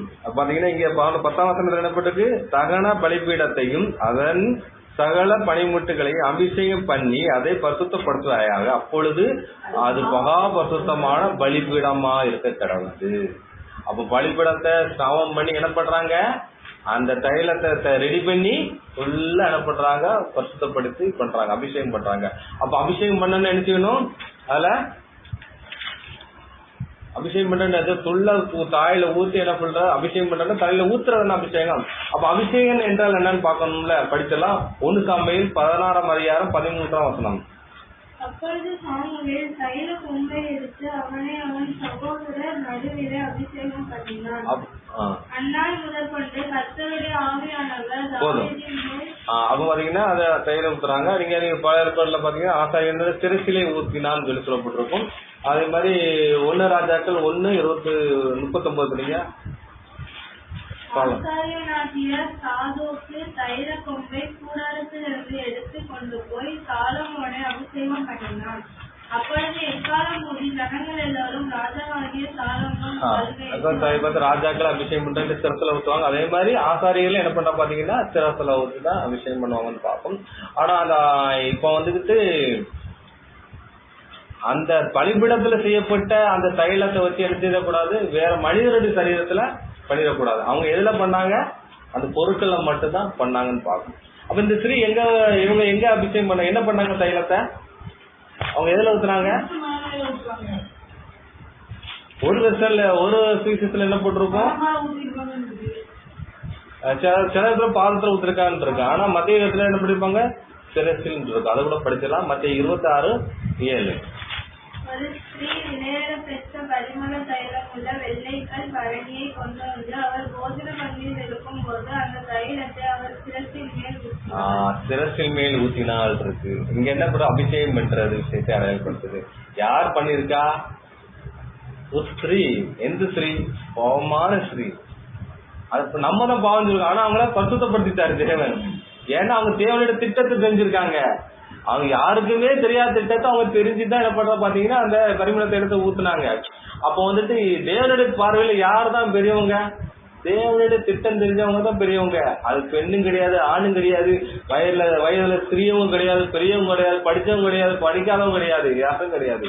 தேவ திட்டத்தை தெரிஞ்சவங்க தான் தேவனுக்கு பெரியவங்க. அவங்களுக்கு தான் அவர் என்ன கொடுப்பாரு, ராஜ்யத்துல பெரிய ஒரு போஸ்டிங் கொடுப்பாரு.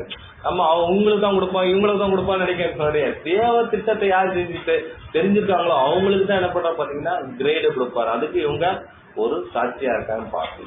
சரி, இப்ப இந்த பலிபீடம் எங்க வந்துட்டு ஸ்தாபிக்கப்படுறாங்க, செய்யப்படுறாங்க, ஆசாரி கூடத்தை ஆலயம் என்று சொல்லப்பட்டிருக்கு. அதனால இருக்கு, நேரம் அதெல்லாம் சொல்ல வேண்டாம்.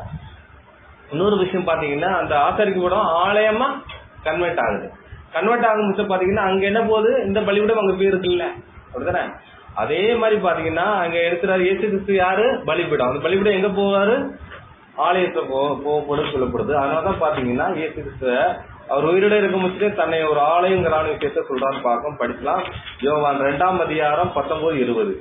யோவான் 2ஆவது அதிகாரம் 19-20, பேஜ் நம்பர் 126. இயேசு அவர்களுக்கு பிரதியுத்தரமாக, இந்த ஆலயத்தை இடித்து போடுங்கள், 3 நாட்களுக்குள்ளே இதை எழுப்புவேன் என்றார். அப்பொழுது யூதர்கள், இந்த ஆலயத்தை கட்ட 46 வருஷம் சென்றதே, நீ இதை 3 நாளைக்குள்ளே எழுப்புவீரோ என்றார்கள். அவரோ தம்முடைய சரீரமாகிய ஆலயத்தை குறித்து பேசினார். பலிபீடம் ஆலயத்துக்குரிய சம்பந்தப்பட்ட ஒரு விஷயம் பார்க்கணும். அப்ப என்ன சொல்றாரு? தன்னை ஆலயமா சொல்றாரு. அப்ப அந்த ஆலயத்துக்குள்ள என்ன இருக்கும்? பலிபீடம் இருக்குமா இல்லையா? அந்த ஆலயம் ஆண்டவரை இயேசு, பலிபீடம் ஆண்டவரை இயேசு. இப்ப பலி அனுசர பாத்தீங்கன்னா இயேசு அங்க ஒப்பு கொடுக்கப்படுறதுக்காக இங்க என்ன பண்ற பாத்தீங்கன்னா பலிபீடமாக அவர்களுக்கு செய்யறா பார்க்கும். பலிபீடம் தான் நம்ம ஆண்டவரா இயேசு கிறிஸ்துங்கிற விஷயத்த பவுல் வந்துட்டு எபிரேயர்ல வந்து ரெக்கார்ட் பண்றா பார்க்கும். படிச்சலாம். எபிரேயர் 13ஆம் அதிகாரம் 10, 11, 12. எபிரேயர் 13ஆவது அதிகாரம் 10, 11, 12, பேஜ் நம்பர் 311. நமக்கு ஒரு பலிபீடம் உண்டு, அதற்குரியவைகளை புசிக்கிறதற்கு கூடாரத்தில் ஆராதனை செய்கிறவர்களுக்கு அதிகாரம் இல்லை. ஏனென்றால் எந்த மிருகங்களுடைய இரத்தம் பாவங்களின் நிமித்தமாக பரிசுத்த ஸ்தலத்திற்குள் பிரதான ஆசாரியனாலே கொண்டு வரப்படுகிறதோ, அந்த மிருகங்களின் உடல்கள் பாளையத்துக்கு புறம்பே சுட்டரிக்கப்படும். அந்தபடியே இயேசுவும் தம்முடைய சொந்த இரத்தத்தினாலே ஜனத்தை பரிசுத்தம் செய்யும்படியாக நகர வாசலுக்கு புறம்பே போடப்பட்டார். அப்ப நமக்கு ஒரு பலிபீடம் ஒன்றுன்னு பாத்தீங்கன்னா அது பலிபீடம் யாரை அடையாளப்படுத்துது? நம்ம ஆண்டவராய் இயேசு அடையாளப்படுத்தி பார்க்கும். பலிபீடம் அவர் தான். அதுக்கப்புறம் பாத்தீங்கன்னா பலி மிருகமும் அவர் தான் பார்க்கும். அப்ப பலிபீடத்தை எப்படி செய்யறாங்க அப்படின்னு பாத்திரலாம். அப்ப அதுக்கும் இயேசு கிறிஸ்துக்கும் சம்பந்தம் இருக்காங்கிற விஷயத்தை கூட நம்ம பார்த்தலாம். யாத்திராகமம் 27ஆம் அதிகாரம் 1 முதல் 7 வரைக்கும்.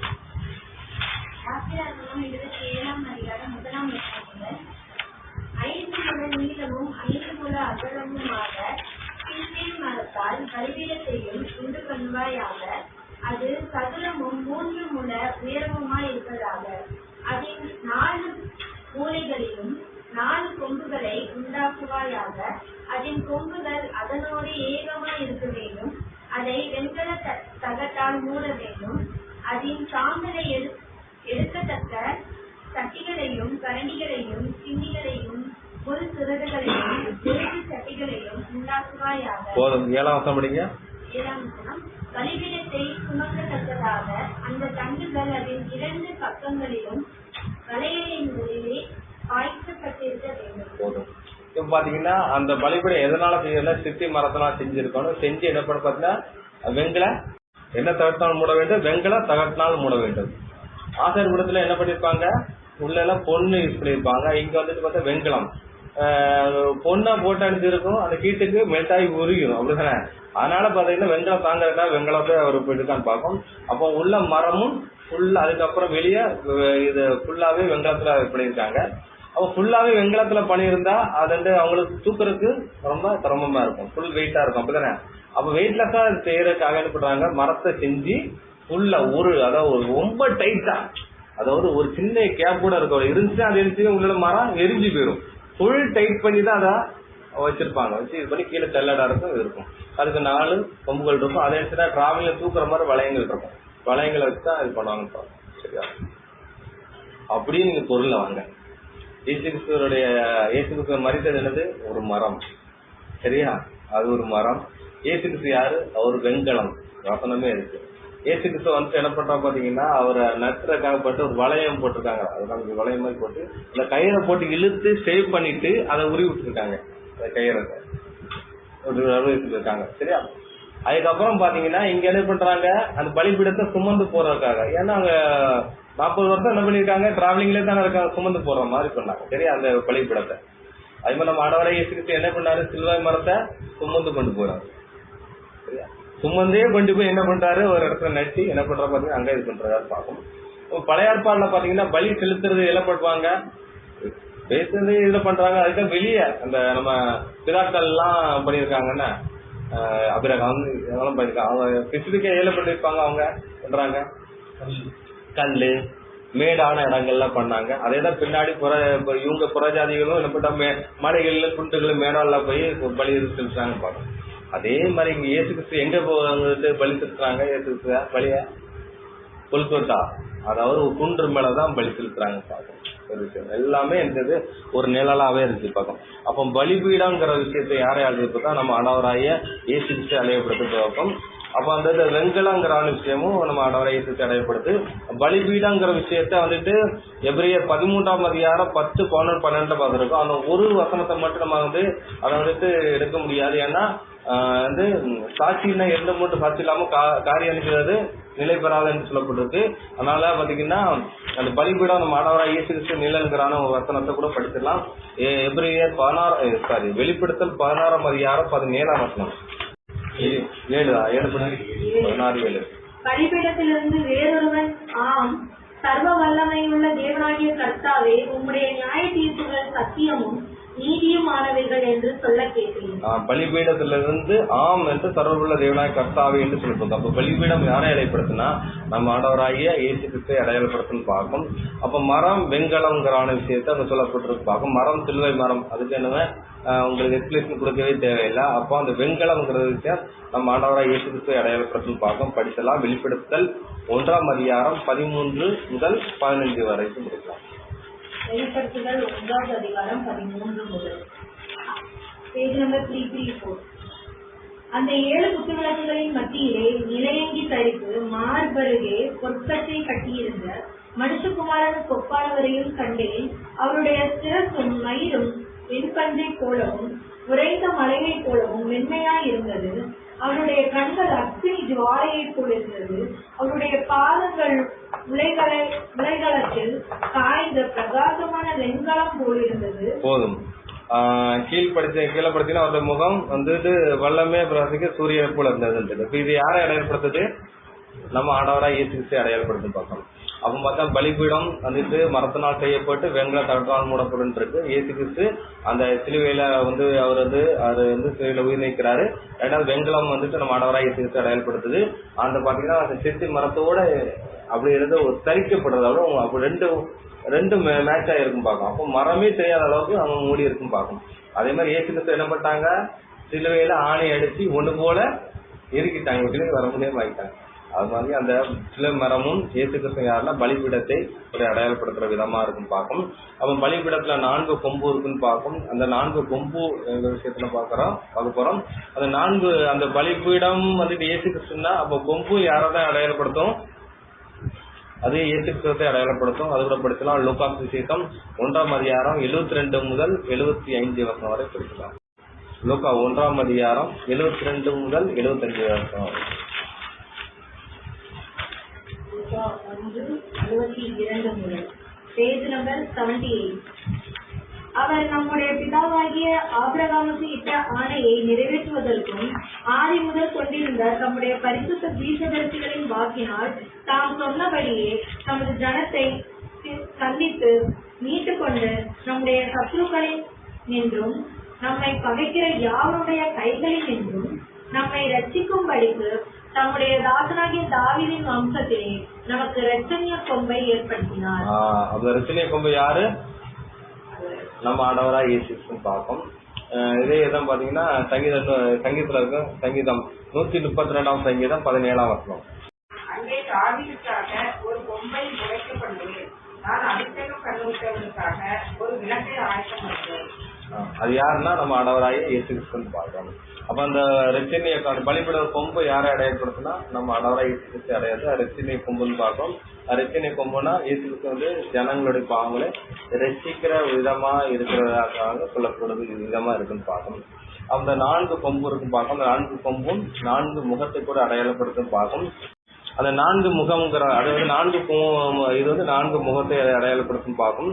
அது கூட பிரதர் வந்துட்டு இந்த வெளிப்படுத்தல் புக் ஸ்டடியில கூட எடுத்தாங்க. அந்த 4 முகமும் இல்லைன்னா அது எசேக்கியேல் இருக்குன்னு. எசேக்கியேல் 1ஆம் அதிகாரம் 4 முதல் 10 வசனம் படிக்கலாம். 1ஆம் அதிகாரம் 4 முதல் 10 வசனம் வரை. எசேக்கியேல் 1ஆம் அதிகாரம் 4வது வசனத்திலிருந்து. Page number 958.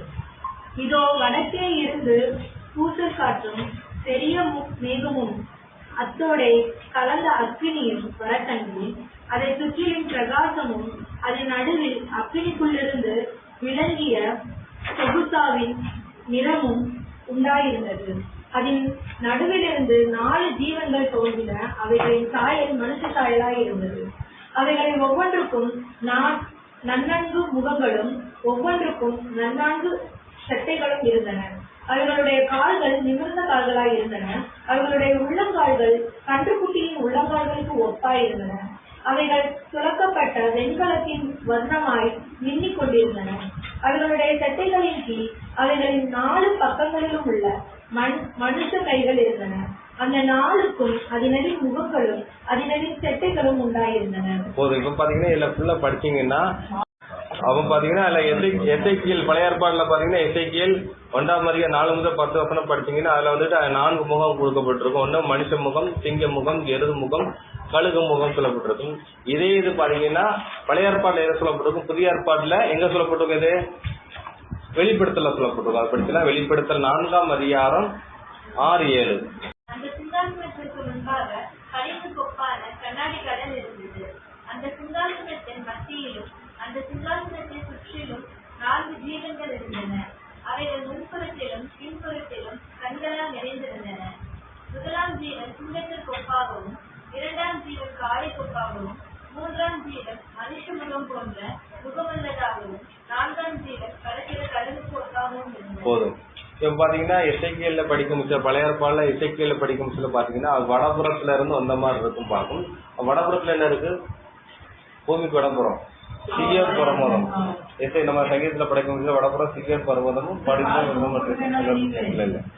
இருக்கும். அப்ப பாத்தீங்கன்னா அங்க பழைய ஏற்பாடுல எசேக்கியேல் இருக்கும் சில முதல்ல மனுஷன், சிங்கம், எருது, கழுகுன்னு இருக்கும். புதிய ஏற்பாடுல படிக்கும் சில வெளிப்படுத்தல சிங்கம், காளை, மனுஷன், கழுகுன்னு சொல்லப்பட்டிருக்கும்.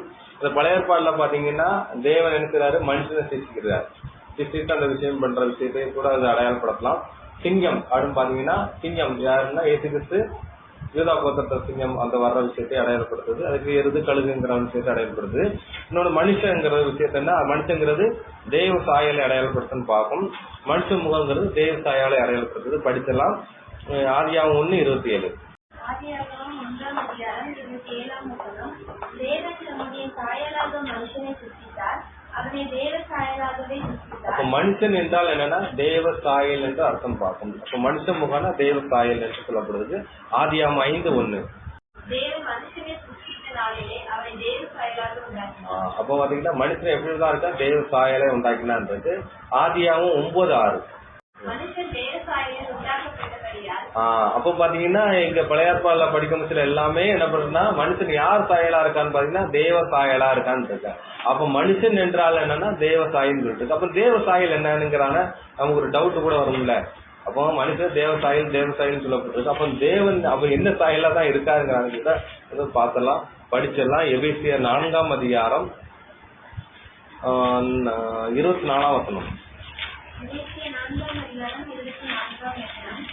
மெய்யான நீதியிலும் பரிசுத்தத்திலும் தேவனுடைய சாயலாக சிருஷ்டிக்கப்பட்ட புதிய மனுஷனை தரித்துக் கொள்ளுங்கள். அப்ப தேவ சாயல்ங்கிற விஷயம் என்னன்னு பாத்தீங்கன்னா மெய்யான நீதியிலும் பரிசுத்தத்திலும் தேவ சாயல சிருஷ்டிக்கப்பட்டது. அப்ப தேவ சாயல்ங்கிற விஷயம் என்னன்னு பாத்தீங்கன்னா நீதியில பிரியப்படுறாரு. அப்போ நீதிங்கிற தப்பு பண்ணிட்டேன், நான் நல்லவனா இருக்கேன், ஒரு காலத்துல ஒருத்தன் கெட்டவனா இருந்தானா எனக்கு மன்னிச்சு விட்டு வர்றாங்க கிடையாது. தப்பு பண்ணாலும் அதுக்கு தண்டனை என்ன செய்யுது உண்டுதான். ஆறாம் தப்பு பண்ணா சின்ன தப்பு விட்டுட்டாரா இல்ல, அது மீட்பு பொருள் ஒண்ணு வச்சிருந்தாருல நீதி. அது மாதிரிதான் தேவ சாயல்னா சொல்லிட்டு அதான் நீதி. அதுக்கு ஒரு பிராயசித்தம் பண்ணார்ல, மன்னிப்புங்கிற ஒரு வார்த்தையை செய்யாம அளவுக்கு அது பிராயசித்தம் சொல்லி ஒரு நீதியை கொண்டு வந்தார்ல. அது பாத்தீங்கன்னா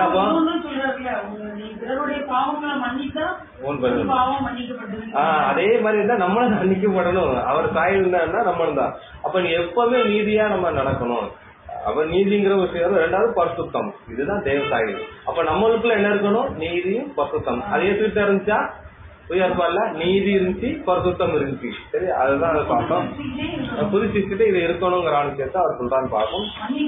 அதுக்கப்புறம் படிச்சிடலாம். 1 யோவான் 4ஆம் அதிகாரம் 8. அன்பில்லாத தேவன் எப்படிதான் இருக்கிறான்னு பாத்தீங்கன்னா அன்பாகவே இருக்கிறான் இருக்கு 16. தேவன் நம்மை வைத்திருக்கிற அன்பை நாம் அறிந்து 16 அதுல 16 தேவன் நம்மை வைத்திருக்கிற அன்பை நாம் அறிந்து விசுவாசித்திருக்கிறோம். தேவன் அன்பாகவே இருக்கிறார். அன்பில் நினைத்திருக்கிறவன் தேவனை நினைத்திருக்கிறான். தேவனும் அவனை நினைத்திருக்கிறான். அன்பில் தேவன் அன்பா இருக்கா, அதனால நாமளும் அன்பா இருக்கும். அன்புன்னு எடுத்து அவர் கற்பனையை கை கொள்வது அன்பு கூறுவான் இருக்கு. அப்ப வந்து இயேசு கிறிஸ்து தேவனுடைய கற்பனையை கை கொண்டாருல, இதா என்ன சொன்னாரோ அதை ஃபுல்லா பண்ணார் பார்க்கணும். அதோட செயலாக நம்மளும் அணிஞ்சிருக்குன்னு பார்ப்போம். அப்போ தேவ சாயலுங்கிறது தேவனுடைய கற்பனையை அதை அடையாளப்படுத்தும் பார்க்கணும். தேவ சாயல்னா நீதி, பரிசுத்தம், இன்னொன்னு அன்பு. அது 3 யார்கிட்ட இருக்குன்னா நம்ம ஆண்டவராகிய கிட்ட இருந்துச்சு. அதனாலதான் அந்த மரியாளுங்கிறவங்க பாவியான மனுஷியாக பிறந்தாலும் அவர் மன்னித்து அந்த ஆசாரியம் செய்யக்கூடிய வேலையை அவங்க செஞ்சாங்க. அந்த பரிசுத்தப்படுத்துற வேலையை அவங்க செஞ்சாங்க பார்க்கணும். அது ஒரு விஷயம். 2வது சிங்கங்கிற விஷயம் அடையாளப்படுத்துனா இயேசு கிறிஸ்துவை அடையாளப்படுத்துறது படிச்செல்லாம் வெளிப்படுத்தல் 5:5. அப்பொழுது மூப்பர்களில் ஒருவன் என்னை நோக்கி, நீ அழ வேண்டாம், இதோ யூதா கோத்திரத்து சிங்கமும் தாவீதின் வேறுமானவர் புத்தகத்தில். அப்ப பாத்தீங்கன்னா இந்த சிங்கம் யாரை அடையாளப்படுத்துது? நம்ம ஆண்டவரை இயேசு. இந்த ரச்சனை கும்பத்தை 1 நம்ம சிங்கம் சொல்லப்பட்டிருக்கு. சிங்கத்துடைய கேரக்டர் என்னங்கிற விஷயத்தை நம்ம பார்க்க போறோம். அதான் நீங்க ஆதியாகமம் 49:10 பாத்தீங்கன்னா இயேசு கிறிஸ்து யூதா கோத்திர சிங்கம், அவருடைய வம்சத்துல இயேசு கிறிஸ்து வர்றாருங்கிற விஷயத்தை சொல்லப்படுறது பார்க்கணும். அப்ப சிங்கத்துடைய கேரக்டர் என்னங்கிற விஷயத்தை பார்க்க போறோம். நீதிமொழிகள் 30ஆம் அதிகாரம் 30ஆம் வசனம். அவை ஆவன மிருகங்களில் சௌரியமானதும் ஒன்றுக்கும் பின்னடையாததும் ஆகிய சிங்கமும். சிங்கமும் சொல்லப்பட்டது. சிங்கமும் போர் குதிரையும், அது வந்து வெள்ளாட்ட போர் குதிரையும் வெள்ளாட்டுக்காராவும் சிங்கமும் ஒருவரும் எதிர்க்கக்கூடாத ராஜாவும். அப்போ என்ன பாத்தீங்கன்னா ராஜாவும் சிங்கத்துக்கு ஒரு ஆசையை உத்தரப்பட்டா திருப்பி பெற முடியாது. அது போர் குதிரை வந்துட்டு யுத்தத்துக்கு போயிட்டுனா அங்க நடக்க கத்தி வால் சண்டையை பார்த்து பின்வாங்காது. அதே மாதிரி சிங்கம் போய் ஒரு எதிர்ந்துட்டா பார்த்துட்டு அது பார்த்து பேக் அடிக்காது. அதே கருத்தை யார்கிட்ட இருந்துச்சு பாத்தீங்கன்னா நம்ம ஆண்டவராக இயேசு இருந்துன்னு பார்க்கணும். படிச்சலாம் ஏசாயா 50ஆம் அதிகாரம் 5-6. ஏசாயா 50ஆவது அதிகாரம் 5வது வசனம் 6வது பேஜ் நம்பர் 857. கர்த்தராகிய ஆண்டவர் என் செவியை திறந்தார், நான் எதிர்க்கவும் இல்லை, நான் பின்வாங்கவும் இல்லை. அடிக்கிறவர்களுக்கு என் முதுகையும் தாடை மேலே பிடிக்கிறவர்களுக்கு என் தாடைகளையும் ஒப்புக் கொடுத்தேன். அவமானத்துக்கும் குமரிகளுக்கும் என் முகத்தை மறைக்கவில்லை. பாத்தீங்க, இவ்வளவு அடிப்படுவோம் இல்ல மிதிப்பட அவர் தெரிஞ்சும் உலகத்தை படித்த அவரு தேவகுமார் பாத்தீங்கன்னா ஒரு மனிதன் அடி வாங்கறதுக்கு ஒப்பு கொடுத்தாரு. அது வந்துட்டு நான் போய் இதெல்லாம் செய்ய மாட்டேன்னு சொல்லல, அவர் வந்து பின்வாங்கவும் இல்லை, அதை வந்து அதுக்கு நான் செய்ய மாட்டதில்லை, அடிக்கிறது பின்வாங்க இல்லை. அவர் ஏசுக்கு அந்த ராணுவ யூடியூப்ல செஞ்சு முடித்தாரு. எப்படி செஞ்சு முடிச்சாரு? சிங்கம் மாதிரி செஞ்சு முடிச்சாரு. வந்து அதை முடிச்சுட்டு போயிட்டாரு. வந்து இறங்கி சிங்கம் மாதிரி செஞ்சு முடிச்சாரு. அப்ப எருது காலை எதை அடையாளப்படுத்த பார்க்க போறோம். ஏசாயா 1ஆம் அதிகாரம் 3ஆம் வசனம். ஏசாயா 1ஆம் அதிகாரம் 3ஆம் வசனம். மாடு தன் எஜமானையும் கழுதை தன் ஆண்டவனின் முன்னணியையும் அறியும். இஸ்ரவேலோ அறிவில்லாமலும் என் ஜனம் உணவில்லாமலும் இருக்கிறது. போதும். அப்போ அதுதான் அங்க என்னது மாடு கழுதை சொல்லப்பட்டு பார்க்கணும். மாடு கழுதை என்னன்னு பாத்தீங்கன்னா ஒரு எஜமானத்தை கீழ்படிந்து ஒரு விஷயத்தை செய்யறது. பாத்தீங்கன்னா அந்த மாடை வச்சு தொழில் பண்ணுவாங்க. அவங்க பாத்தீங்கன்னா அந்த மாட்டு வண்டிய அப்படி தூக்க முச்சுல வான்னு சொல்ல வேண்டாம், தூக்க முச்சு என்ன செய்யும், போய் நுகத்தை கொடுத்துக்கிறோம். பாத்திருக்கீங்களா? நான் பாத்திருக்கேன். அவங்க கீழ்பிடித்தல், அதை வந்துட்டு கூப்பிட வேண்டிய அவசியமே இல்லை. அதான் நம்ம அடவரை என்ன பண்ணிட்டாரு, புத்தகத்துல என்ன குறித்து எழுதிக்க நான் போறது வாலண்டியர்ஸ் வந்தார். எப்படி அந்த மாடு அந்த மாட்டு வண்டி அந்த நுகத்தை தூக்க முச்சிலேயே அதை வந்து தடுத்து கொடுக்குதோ அதே மாதிரி முன் வந்து செஞ்சாரு பார்க்கும். கழுதை அப்படித்தான், எவ்வளவு பொறி சுமத்தாலும் சுமக்கும். ஒரு பழமொழி சொல்லுவாங்க, அதாவது கழுதை மேல தீய வச்சு எரிச்சா மட்டும்தான் அது இதாக முடியல, எவ்வளவு சுமையை ஏற்றினாலே தூக்கிட்டு போகும். அவ்வளவுக்குள்ள ஒரு கெப்பாசிட்டி உள்ள மிருகம் தான் கழுது. அது வந்துட்டு எதை மட்டும் இவ்வளவுதான் சோம்பு அவ்வளவுதான் சொல்ல முடியும். எவ்வளவு சுமை இருந்தாலும் அது தக்க பக்கம் போட்டு கொண்டு போயிடும்.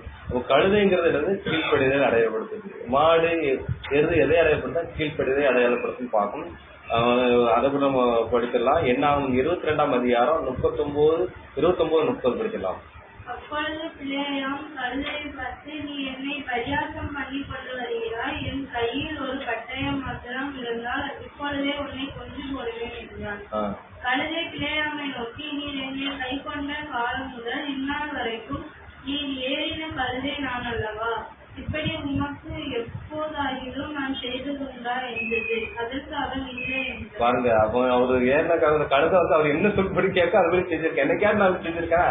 ஒரு தூதன் வந்து இது பண்றாரு. அப்போ கழுதை எழுந்தது எஜமான் சொல்லுக்கு கீழ்படிது அது சொல்லு. அப்போ இது எதை அடையாளப்படுத்தா? கீழ்படுதலே இதை அடையாளப்படுத்தும். இயேசு அந்த மாதிரி கீழ்படுத்தாங்களா? கீழ்படுத்தான்னு பார்ப்போம். பிலிப்பியர் 2:8. அவர் மனுஷ ரூபமாய் காணப்பட்டு மரண பரியந்தம், அதாவது சிலுவை மரண பரியந்தமும் கீழ்படிந்தவராகி நம்மை தாமே தாழ்த்தினார். பாத்தீங்கன்னா சிலுவை பரியந்தமும் மரண பரியந்த கீழ்படுத்தினார் இருக்கு. அப்போ அவர் பிறந்த 33 வருஷம் பிறக்கும் போதுல என்னதான் வந்திருக்காருன்னா சாவப்போறன்னு தெரிஞ்சே வந்தாரு. அந்த சாவை வந்துட்டு சிலுவை மரத்தை அடிச்சிட்டாரு. சந்தோஷமா ஏற்றுப்பட்டு கீழ்ப்படிஞ்சு அனுப்பிச்சாரு. அவர் செஞ்சு முடித்தாருன்னு சொல்லப்பட்டிருக்கு. கடைசி வந்து கழுகு முகம் சொல்லி பார்க்க போறோம். கழுகு அது கழுகுன்னு பார்ப்போம். யாத்திராவும் 19:4.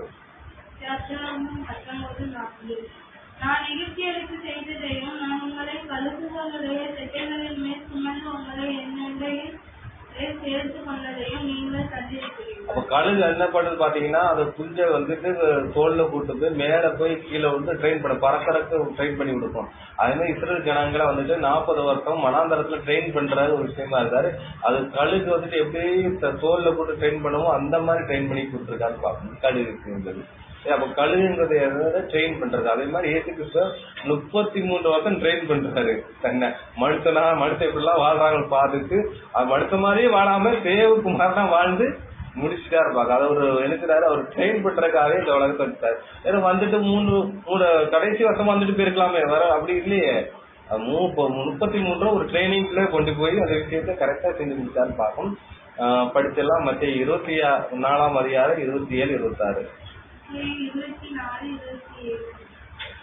கிழக்கிலிருந்து தோன்றி மேற்கு வரைக்கும் பிரகாசிக்கிறது போல மனுஷகுமாரனுடைய வருகையும் இருக்கும்.